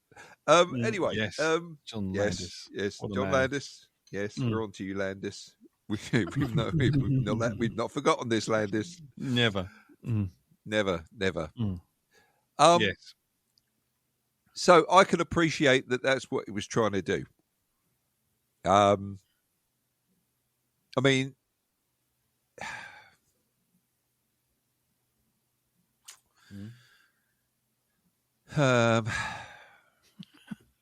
yeah, I can appreciate what the message it's trying to put across there. But did it make you feel uncomfortable? Did it make me feel uncomfortable? It was. as it started going on, and it started getting more intense. It's like am I watching porn? Can you get porn with all your clothes on? Is that a thing? Yeah, it's very suggestive, very writhy and stuff. Some of the best porn. Someone's filling it. Put it that way. Oh God, Jim, hold on. Caution, this podcast is reversing. Yeah. Sorry, Elton, what were you saying? Some of the best porn is it's just before they get absolutely naked. Yeah, when they still got clothes on, it's just that moment just before. It's like the best. But even before she can get her knickers on, I've seen everything. I've seen it all. Oh, fucking. Don't do that to me. Come on. No, I won't. What about you then, Jim? Go on. Well, it's one I was sort of. I think both times I was quite surprised about just kind of like how leery it is. But it's kind of. I know it's one of the world's lamest excuses these days, and used by terrible people who don't know what the words mean. But you got to take it in context, and I think the framing in this movie, I mean, is deliberately going over the top. Yeah, you know what I mean, to like really salacious levels that you don't normally see, because Hollywood is fairly prudish. I mean. You know, there's an good documentary. This film is not yet rated. Yeah, which deals about kind of how the weirdness of the Hollywood rating system, and how it's kind of oh yeah, you can saw someone's head off with a chainsaw, but if you see a bit of bush, oh my God, everyone turns into Chicken Licken. The sky is falling in. Yeah. And heaven, you can never show a penis. The world will fucking end, Yeah. And this really sort of, I think in recent years, films have got very prudish, which to me, I don't mind, because I think, as I said before, one of the great things about internet pornography is that it's freed filmmakers from the need to put in pointless sex scenes that aren't that sexy, aren't really going to show you anything very sexy at all, and just hold up the plot. So this was kind of like, bloody hell, this is like, going back to the wild days of cinema, of like, the 70s, where people were really pushing the boundaries. Yeah. But it is kind of, I think Elton made a good point comparing to how, say, Suey shot with how Michael Bay shot Megan Fox. But the thing is, Megan, that was super leery, and it's in a kid's toys film. Yeah. You know what I mean? Whereas in this is, right from the outset, your opening setup is that it's about, how the male gaze and how we treat women as a commodity in our culture, and in particular in the entertainment culture, where it is all about looks, and when you're too old, you're on the pile, you're on the scrap heap. Yeah. And you have that contrast between the Elizabeth Sparkle show, and Pump It Up, and it is kind of like it is that sort of culture shock of kind of, all right, this isn't your grandma's workout video, but it's also addressing the thing of kind of who the market for those workout videos are. Yes, I mean, traditionally. This time of year, it's died off a bit now in the age of streaming, but up until the early 2000s, all manner of female celebrities who were desperate for more fame and more money would release a workout video. Oh, God, yeah. And, you know what I mean? You just knew in a lot of cases,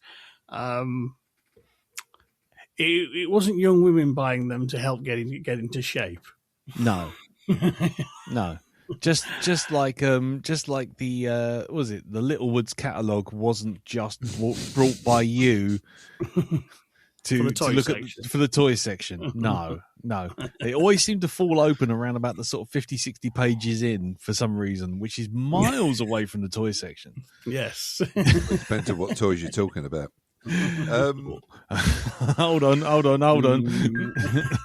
Caution, this podcast. Sorry. Yeah. But I think it's no mistake, and it's very deliberate that this is based around, well, not a workout show, but two very different workout shows produced for two different generations.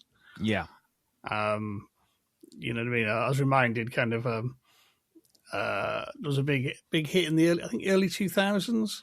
Eric Pride's. Yes. Call on Me. A record Stevie that very Winwood much song. sold on the video. Yes. God, yes. Yeah. Yeah.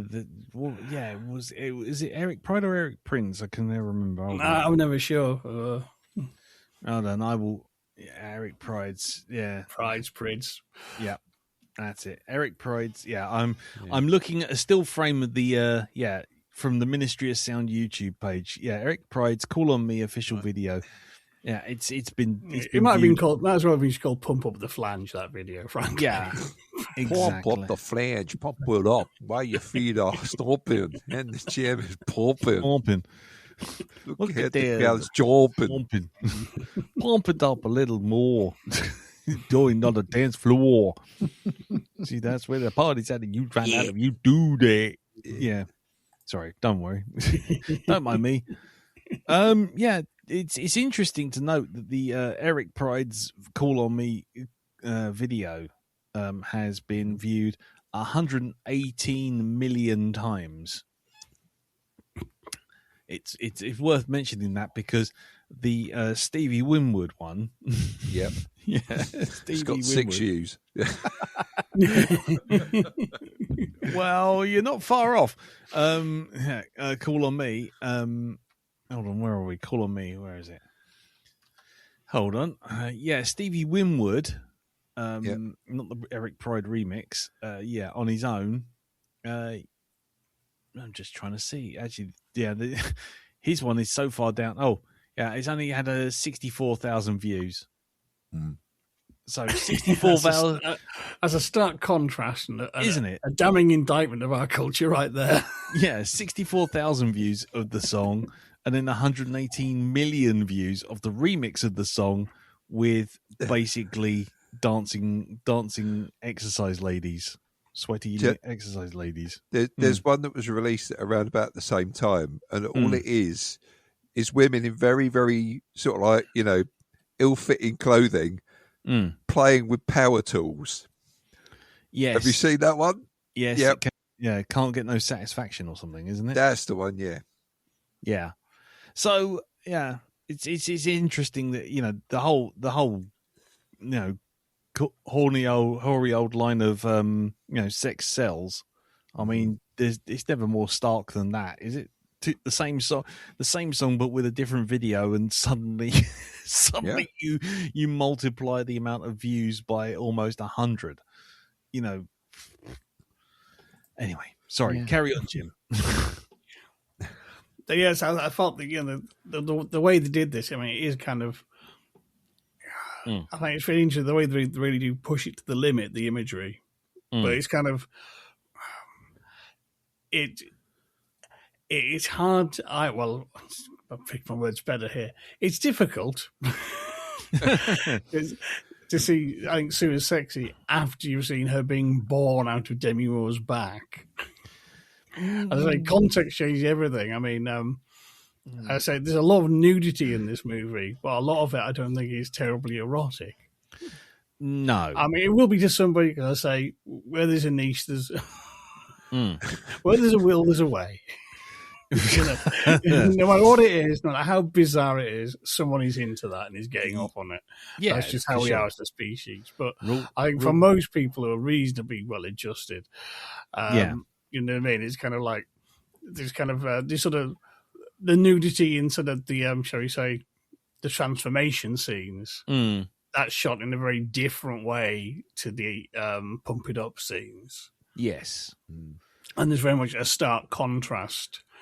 And it is, those scenes are all about, how the world sees you and how you want the world to see you, and what look you are selling to the world and how much you're selling yourself to the world. Very much, the literal meat market. Whereas in the bathroom, it's how you see yourself in the bathroom scenes. Yeah. And in there you have nudity that isn't erotic. It's it's uncomfortable, it's awkward, it's vulnerable, it's private. Well, it's often self-questioning. Yeah. Painfully so.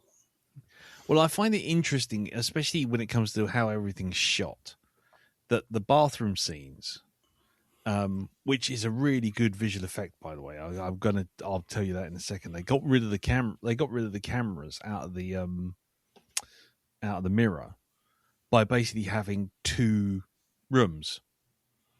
So there was the camera with the hand underneath for the view as POV, and then Margaret Qualley being on the opposite side, matching the cameraman's movements. Yeah.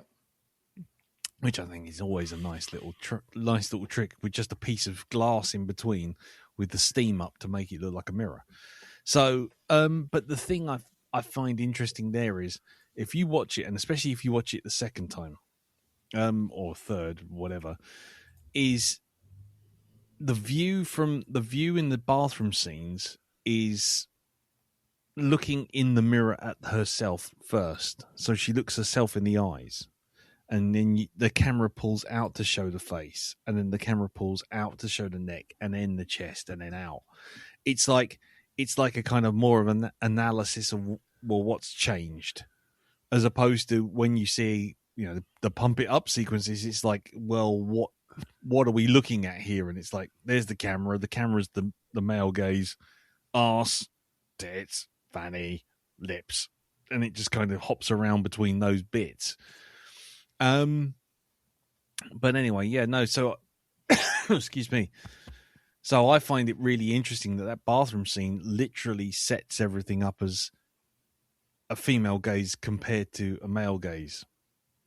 And it's really interesting that sort of juxtaposition, because they do a really interesting camera thing as well, that whenever it's a man looking at, or shall we say, a sexualized view, let's not just say man, it's just anyone who's sexualizing Margaret Qualley's figure, whenever it's the sexualization view, it's in this fisheye lens, so everything's hyper distorted and blown out and leery, exactly. Excuse me. There's a good example of that. Getting near the end of the film, when you've got Dennis Quaid comes down the that corridor, and he's got the 6 or 7 blokes behind him. Oh yeah. Do you notice something? Do you notice something about them all? They all look exactly the same. They're all grey men, which is what you get a lot of in American politics these days, deciding on what women should be doing with their bodies. Yes. They always refer to them as the grey men. And also, what is it that Dennis Quaid says? Oh, all beautiful girls should be smiling all the time. And of course, it's that, the little nod to the whole thing of, cheer up. Oh, why don't you smile more? Yeah, it might never happen. Yeah. And then they're immediately distracted by the dancers anyway, and then it's suddenly like they're on to the next thing. Yeah. Exactly. Okay, I mean, just to answer the question for myself, I watched it the first time, and I didn't feel uncomfortable because I kind of knew what it was showing me. And just to compare it against the sort of Eric Pride and the Michael Bay thing, it comes down to intent, I guess. I've got a ticklish throat. Hold on, sorry about this. And it's essentially, when you're watching The Substance, you know that there's a deliberate change in the view. So like I say, in the bathroom, it's all very flat. The camera's very flat. The view starts at the face, never anywhere else. It always starts at the face, and then pulls out to show you the other stuff. Whereas when it goes into the pump it up sequences, or any view with Dennis Quaid in it, oh my God, if I never ever see him eat a shrimp ever again, just no. That was the most horrifying thing of the entire movie for me. I watched that in the cinema and I physically felt sick. But when it's done that, it's got the fisheye lens to distort all the figures and distort all the thing. So it feels like, and it feels very deliberate. It's like, this is how it's being viewed. This is how it's being viewed. When you watch something like the Michael Bay stuff, you feel like, because it's filmed in the same way as everything else, the camera doesn't change, the lenses don't change, the height of the camera doesn't change. There's no other reason to show, I don't know, upskirting Megan Fox getting on a motorcycle in slow motion, other than to show you Megan Fox getting on a motorcycle up her pants when she's getting on and that's the difference. The difference is the intent, because let's be honest, we're talking about a film with robots that turn into cars. So what is showing her ass telling you in the story? Whereas when you're seeing Margaret Qualley limbering about with, as you put it, Elton, hungry bums, it's part of the story, because you're watching what the camera's watching, which is what the men are watching, or shall we say, the people sexualizing Margaret Qualley are watching. So therefore, it's actually baked into the story. The intent is baked into the story. Whereas, oh, look up her ass. Oh, by the way, we're doing a toy commercial for 2.5 hours. Oh, yeah, okay. No, I understood that. I think, yeah, you're right in that respect as well. I don't think I was thinking as clearly about that as I am now.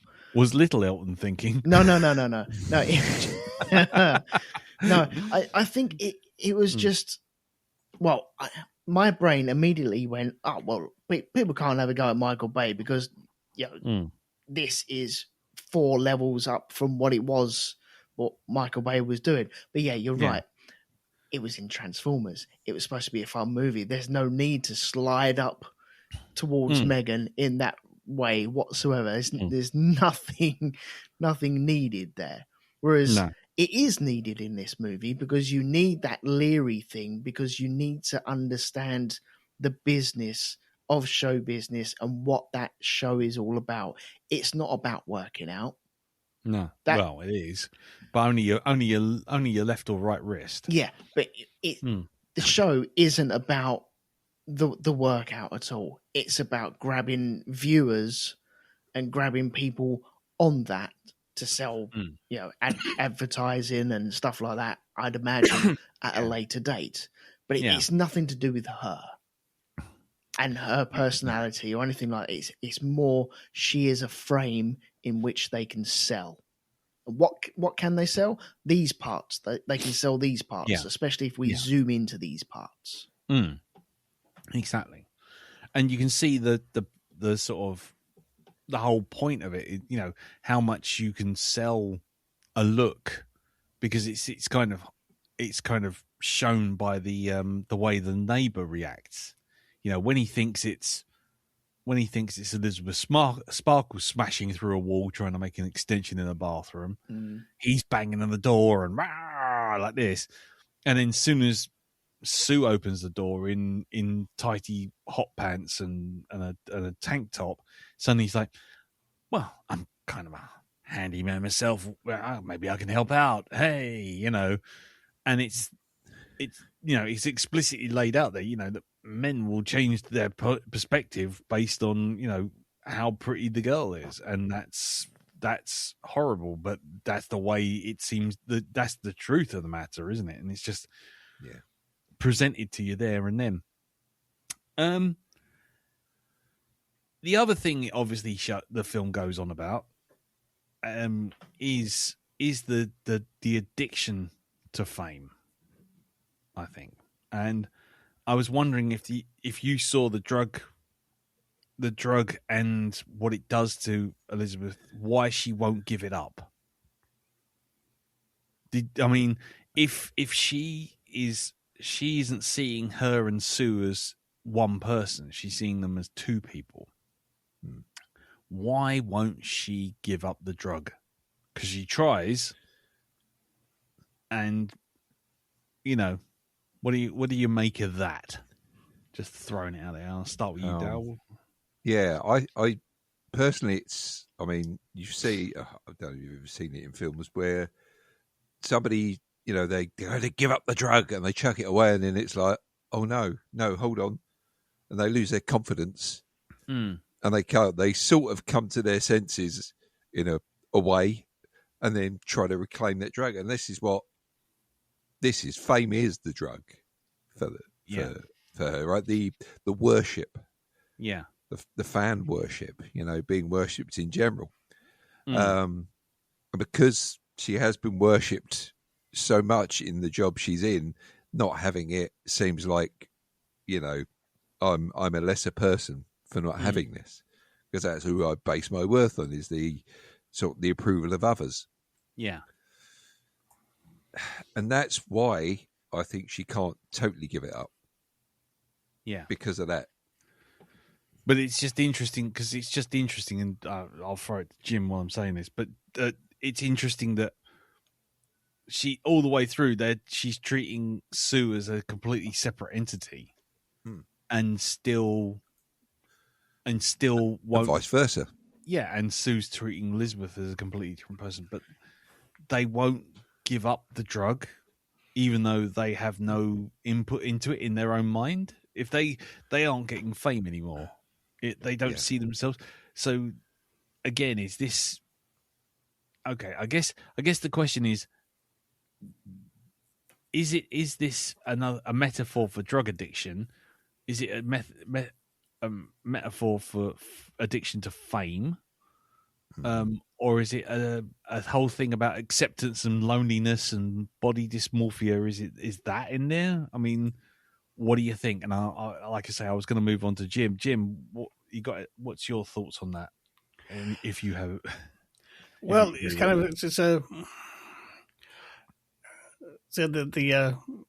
I think this film works as a portrait of addiction on several levels, because it is obviously there's a physical addiction, but then there's that kind of pursuit of sort of fame, and that kind of addiction for celebrity, and for and fame is kind of an addiction. This is this need to have constant validation. Yeah. And what struck me this time, I didn't realise first view, but this is actually very, very like a close cousin to two great classics. Yeah. One is The Picture of Dorian Gray. Mm-hmm. And the other, of course, is Dr. Jekyll and Mr. Hyde. Yes. Which is probably is a huge misunderstood work. One, because what no one realizes now is the reveal that Jekyll was Hyde all along was the twist ending in the original book. Yeah. But the other thing that we've all got wrong because of film and stage adaptations simplifying is we have this idea that Jekyll created a formula that split his good half and an evil half. And in the book, that isn't what he's doing. No. He creates a formula so he can physically transform into Hyde to live out all his vices. Yeah. And be wicked and retain his virtuous, respectable image as a respectable pillar of the community. No sort of split the moral nature of man. Jekyll is a complete hypocrite. He's a monster. Jekyll is Hyde. Hyde just looks different. Yeah. But the Hyde side takes over, in which the way so the Sue does, because it's addictive getting what you want. Yeah. And more, he's becoming Hyde more than he is Jekyll, because he can't leave it alone. He's addicted to that sort of gratification, and that's what like Sue is like. And yeah, I find it's really interesting because it's kind of, you have no hint who is behind the substance. Yeah, is it mad scientists? Is it actually the devil? Yeah. Is it aliens? You don't know. But what I will tell you is they present you a deal with rules. Yes. And everyone gets the same deal. And they're very explicit right from the off. This isn't some sort of evil genie, needful things twist where, you get your wish, but you get it horrible and corrupted. This is the substance plays fair. Yeah. You get a better version of yourself. You must switch every 7 days. You respect the balance. There is not 2, there is 1. But it seems kind of that often isn't respected, because once people get that younger, better self, that they can't go back.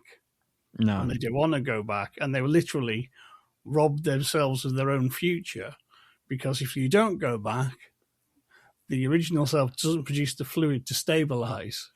Yeah.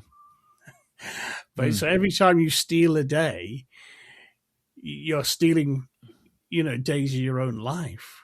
Yeah. And it's that kind of, it's how much you're not going to sell yourself, but sell your future self. And that's what I find really interesting and clever. And it is kind of,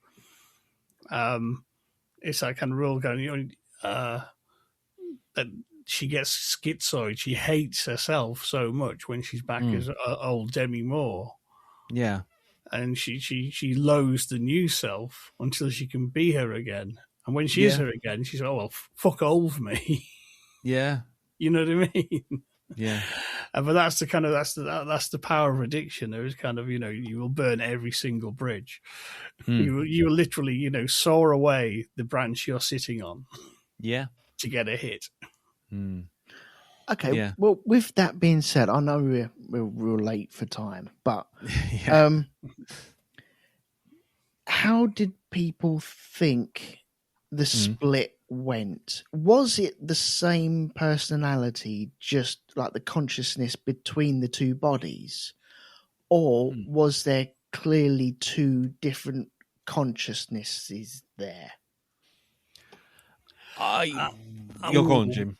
Yeah, well, I was a bit unclear about this, but the second time I'm walking with it is one consciousness, because only one can be conscious at one time, which is why at the end, when she does what she does, you get the catastrophic thing of where you've got 2, they're both conscious, and that's bad. And everything's starting to short circuit, basically. Yeah. I think the thing is, when she's Sue, she's not just in a younger body, she's thinking like a younger person. It's kind of, it's like, I think everyone's had this idea of kind of, well, if I could turn the clock back and go back to that age, knowing what I know now. Yeah. But the thing is, the catch is, if you go back to that young age, you've got that young person's brain who hasn't got. Yeah.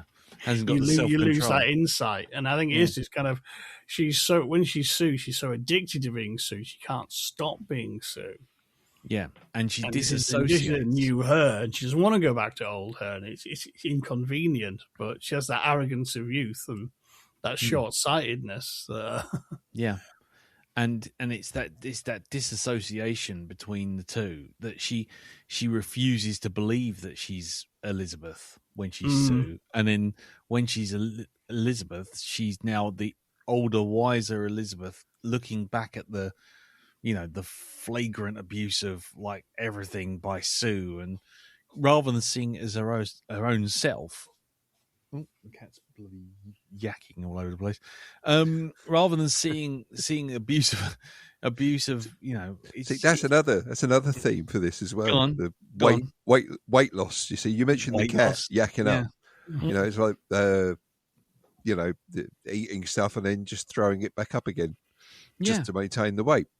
Yeah, it's that body dysmorphia thing. It's that I don't feel the same in my body that I once did. I feel like a different person. I don't want to be the person that I'm in, and all that kind of stuff kind of comes weighing down on it. And I did see them as being the same person, but I just thought that she was having a psychological break, because she's sitting there hating the fact that she's an old person, and then hating the fact that she's a young person looking at the old person she has to return to, so she's not seeing herself as the same person.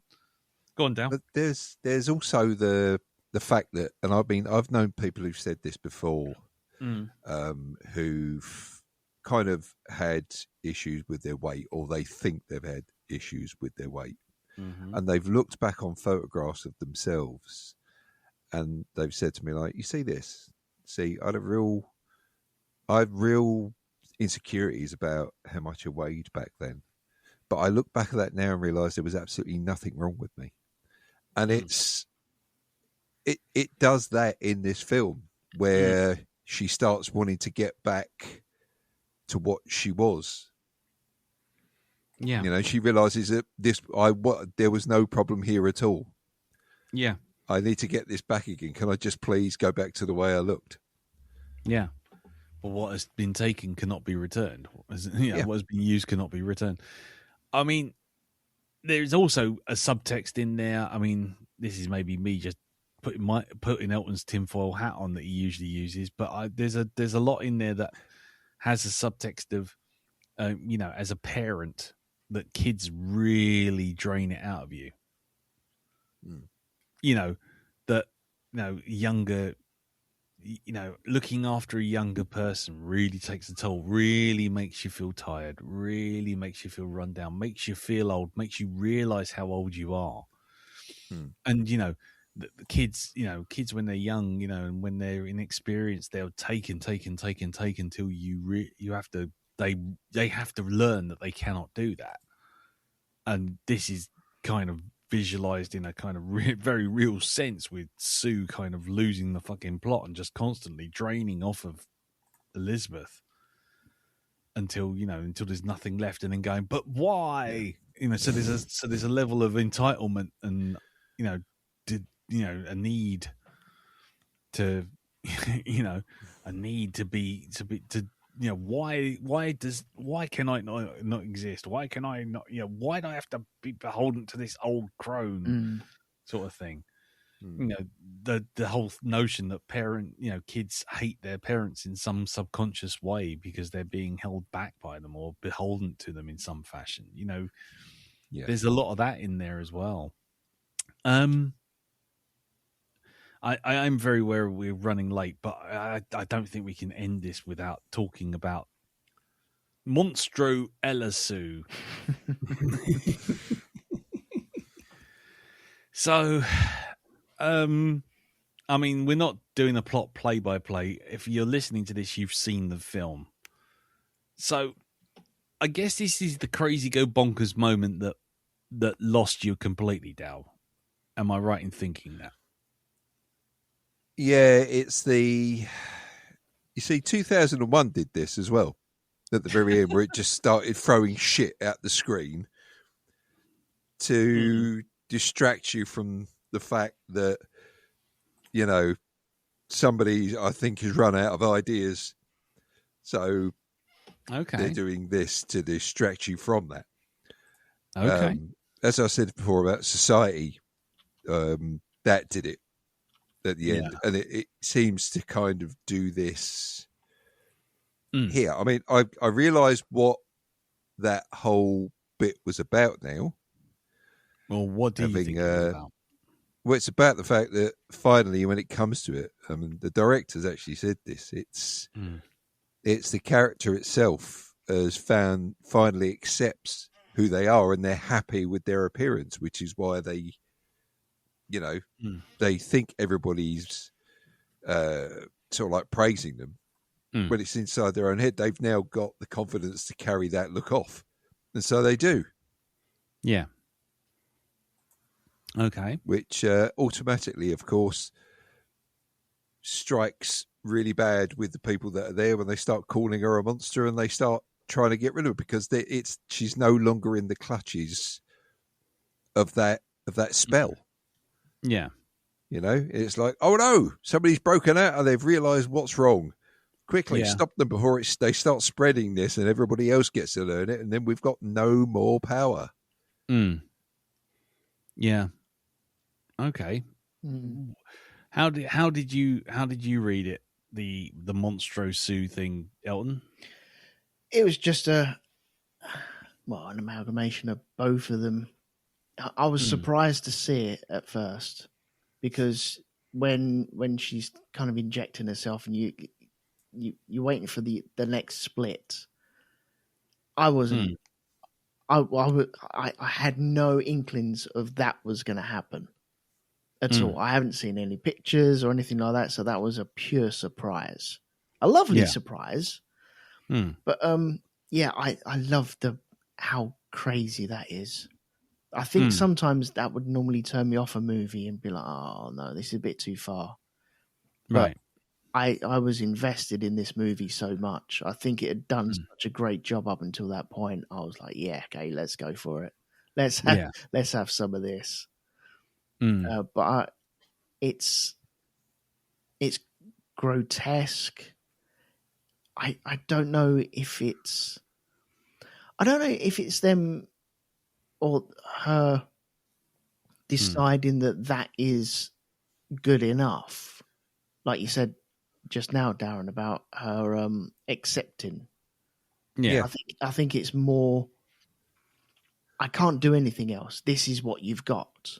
And you praised me before, and I am still the same person here, so you still need to praise me.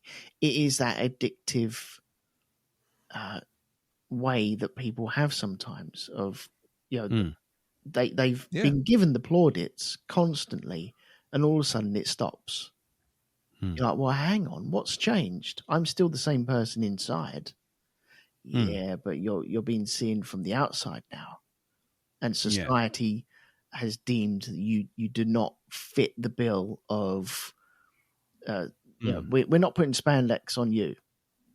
Yeah. So I think it's a worthy finish to that movie. Cool. What about you, Jim? What do you think of Monstro Ella Sue? Sorry. Well, it's one of those. It's kind of like this movie had already gone pretty far. I was quite amazed. They went it's like kind of full on screaming Mad George. Yeah. And it just kind of, but it is kind of the logical sort of progression, as over the top as it is. It's kind of what would happen if Sue tries to make a better version of herself. But of course, it's all just you end up with the mess because you've broken the entire system, so you just get literally embodied chaos. Yeah, and it is just kind of this sort of I don't know, like just everything just becomes crashing down, and it's just kind of, I think it's very sort of metaphorical about. I mean, you see Indian celebrities who they have a little facelift, then they have another one, and another one, and another one, and the cognitive dissonance is going, yes, I'm making myself look better. When you kind of you see out with new, they end up looking just absolutely freakish. Yeah, you know what I mean, and it's quite distressing. But it's kind of, once people have bought in to the hilt, there's no backing out, and you keep people keep doubling down. It's like why people get caught in these sort of like not phishing scams, or catfishing rather, of where you get like an online girlfriend or boyfriend, and then it's I need some money for this, and it's just they keep going and going with these suckers on a line, and they know people will keep on paying because they keep doubling down because they can't accept this might not be kosher. And people will part with thousands of pounds to complete strangers in bogus relationships, and you'll clean them out, and they'll keep doing it because it's better than admitting they were wrong. And this is the ultimate example of that. She's become this hideous monster, and she kind of knows this isn't going to fly, and it's just that cutting out of the Elizabeth Sparkle face and just jamming it on. Right, this is going to have to do. This will work. But it's that sort of level of delusion, and people, it's the way it's like the dog in the house on fire. It's kind of, this is fine. Yes, it's that embodied to the nth degree. But at the end of the day, she's kind of, you know it's going to end badly because basically the physical system is in complete chaos, and it's only a matter of time. I mean, I originally thought she might just explode on stage, like Scanners style, just you just reach the substances reach a critical mass. But I think the way you have like beauty has become the beast, and you have it's like the classic kind of it's a monster. And a rampage. But I think what's really clever that actually sort of nails it is that, Elizabeth Sparkle's head sort of sloughs off like a flesh starfish and then finally sort of dissolves on her own battered Hollywood star. Which actually mirrors the beginning when you see the hamburger dropped on the same star at the opening shot. I mean, that was just kind of chef's kiss, bring it properly full circle. That's kind of the damning indictment of the fickleness of fate. And she's literally at the end washed up by the machine going over the top of her. There's a lot of imagery all the way through that. My favourite part is because they keep going back to fried eggs, and there's a clear one where, after they've done the split, the two egg yolks and egg whites are not touching each other. They're clearly split from each other.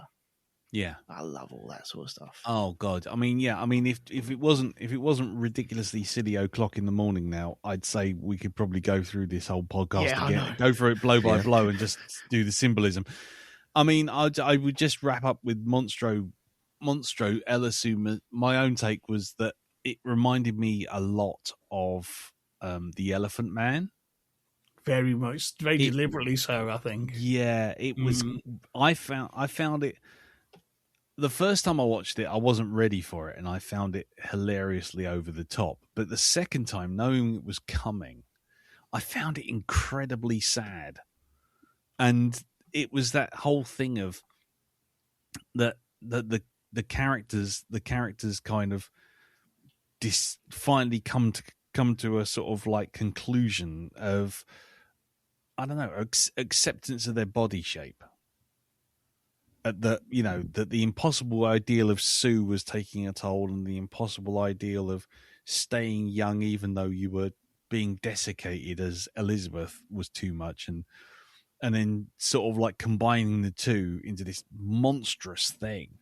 But the monstrous thing, and it was the bit that really did me, and it was really bizarre, was when she was Monstro Sue was trying to do her hair. That one strand of hair with the little hair curler. And she's just sitting there in front of the mirror trying to make herself look pretty. And I just thought, oh my God, that is so incredibly sad. And she goes on stage, and it's almost like a nod to Carrie as well. The whole idea yes, Carrie's it definitely in there. She just wants to present now, and she just wants to go out and, finally accepted everything. And then as soon as she accepts herself, the audience turns against her. And it's deliberately over the top, but then, that's what it is. It's there to sort of antagonize the audience and antagonize the people in the film. But just a quick side point, the actual look of the substance, I'm sure it's no coincidence. It's exactly the same, like neon yellow green as the reanimation formula from Reanimator. Yeah, definitely. And likewise, Reanimator ends. There's only one way out of this: overdose. Yes, God, yes, yeah. The body going absolutely bananas. I mean, yeah. So I found that the Monstro bit actually was the perfect coda for the whole thing, because it was that whole thing of you can have impossible beauty standards over here in terms of Sue, or you could have the life experience over here in the terms of Elizabeth. But but if you were to bring those two together as a normal human being, it's seen as monstrous to the world and the standards of what women should be, and it's just kind of represented in this kind of horrific kind of, like I say, Elephant Man. Especially there's a bit when all the audience kind of storm the stage and kind of bounce her around, and it reminded me of the bit when John Merrick goes into the pub and they just kind of ricochet him all around the pub. And it's also a very similar shot, like from her from behind, backlit, which is like when he's parading in front of the doctors. Yeah, exactly. Yeah, and it's that, and so I found that whole last bit, and eventually she sort of sloughs off, as you say, and then kind of crawls to her own star, and then basically dissolves out while looking at the stars and appreciating the world, and then she actually just gets washed up, and that's the end of it. I thought, for as crazy as that was the absolute only way it could have ended. I don't know how any other way it could have gone. And it reminded me, like I say, of Carrie and the Elephant Man, The Fly. Because again, when Brundlefly finally changes and he comes out of the pod, it's not a monster to run away from because it's going to kill you. It's something to look at and go, oh my God, it's just what has happened here. What, you can only feel sympathy for it. The Frankenstein monster, all these kind of things. Nothing that should be scared of. You should have some empathy for it. So I was quite taken with that. Right. I'm very aware that it is now 25 past 12 and we are rolling late. Mm-hmm. So let's wrap it there. I really wish I could say more because I had copious notes and I really didn't get to touch any of them. So one day I will bore you all to death with all my, this means this and that means that, but I won't do it right now. You're safe. It's a tribute to the film that that we probably have all got other things we could say about this. There are other avenues we can go down with it, and that just shows you how much of a good film it is. I think anything that does keep you talking. We've had a lot of these on Black Dog where we've taken a simple film, a simple comedy of some sort, which we thought, this is going to be a bit sort of like, this will be a quick one. We'll be out of here in 10 minutes. And we've ended up having full-on, deep flipping discussions about the nature of the universe because of something that's presented in something like fucking Happy Gilmore or something like this. It's like the way he swung that golf club. Well, that's indicative of, the 1912 blah, blah, blah. Yes. It's the three-legged monstro is America. Exactly. Boop. Yeah. Cool. Right. Okay. I'm going to leave it there. So I like you say, Doubt. I think there's a lot that could be said about this, and I'm very, very, very acutely aware that we could be here for a long ass time. So I'll stop it there. If anybody else has seen this film, has anyone else has got any feedback on it, anything they want to send in, you'd know the channels, the usual routes. Facebook group, facebook.com/group/blackdogpodcast. Send it into an email, feedback@blackdogpodcast.com, or hit me up on Blue Sky, which is cartoonbeardy.bsky.social. And let us know what you think of it, your thoughts, what you think of our thoughts of it. I mean, like you say, you could sit here for another hour and discuss it. I when I came out of this cinema, when I first saw it, I was like, I need to talk to someone. I need to talk to someone about this film, and I can't. I've got to sit here for another 2 weeks. Yeah, whatever, until someone's seen it. So, I'm quite glad at least I got to do that. But anyway, right, so we'll leave it there. Now, before we do Pimp's Corner, we got one more film to watch for next week, and then that's the end until 2026. Oh, thank God. So, it's my pick, and I had two choices. One was a terrible, terrible, terrible Christmas movie, and I thought, fuck that. I'm not going to do that. And I looked on Amazon and I saw a film that I've been meaning to watch for a long ass time.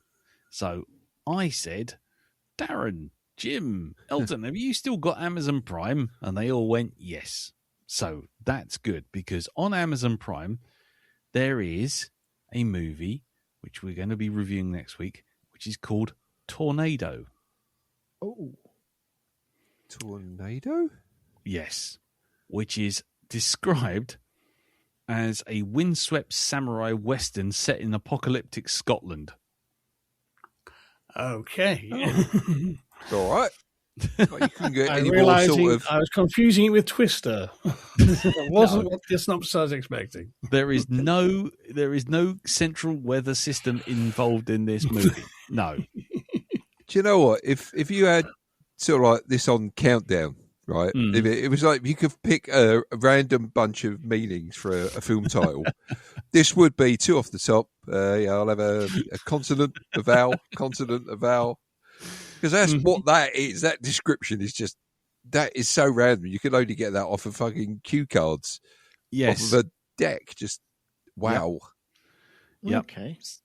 So there you go. It's called Tornado. It stars, It stars a number of people, mainly, what's his bloody name? I've lost his name. Tim Roth.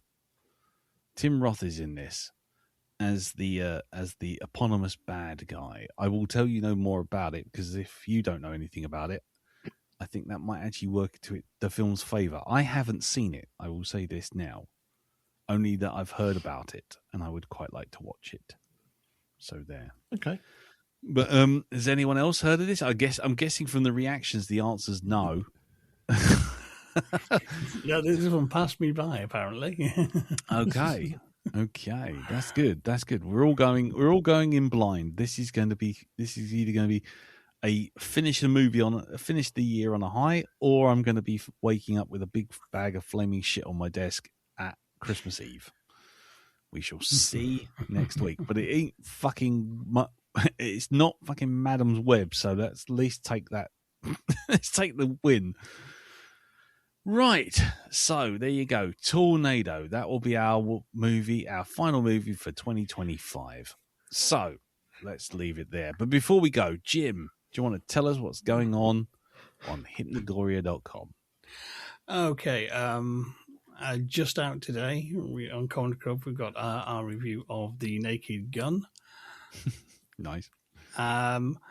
I've just released other things. Yeah, I've just released part 1 of my own Christmas ghost story called Let It Snow, with part 2, The Eve of Christmas Eve, coming out this weekend. Yep. I've also just released a little bonus episode reviewing a book, Opening the Box of Delights, which is a book all about the Box of Delights. Now it's third edition. And I think tomorrow or the day after, there's another little book review, Stocking Filler, coming out of A Christmas Ghost by Kim Newman. Nice. Yeah. Nice. Excellent.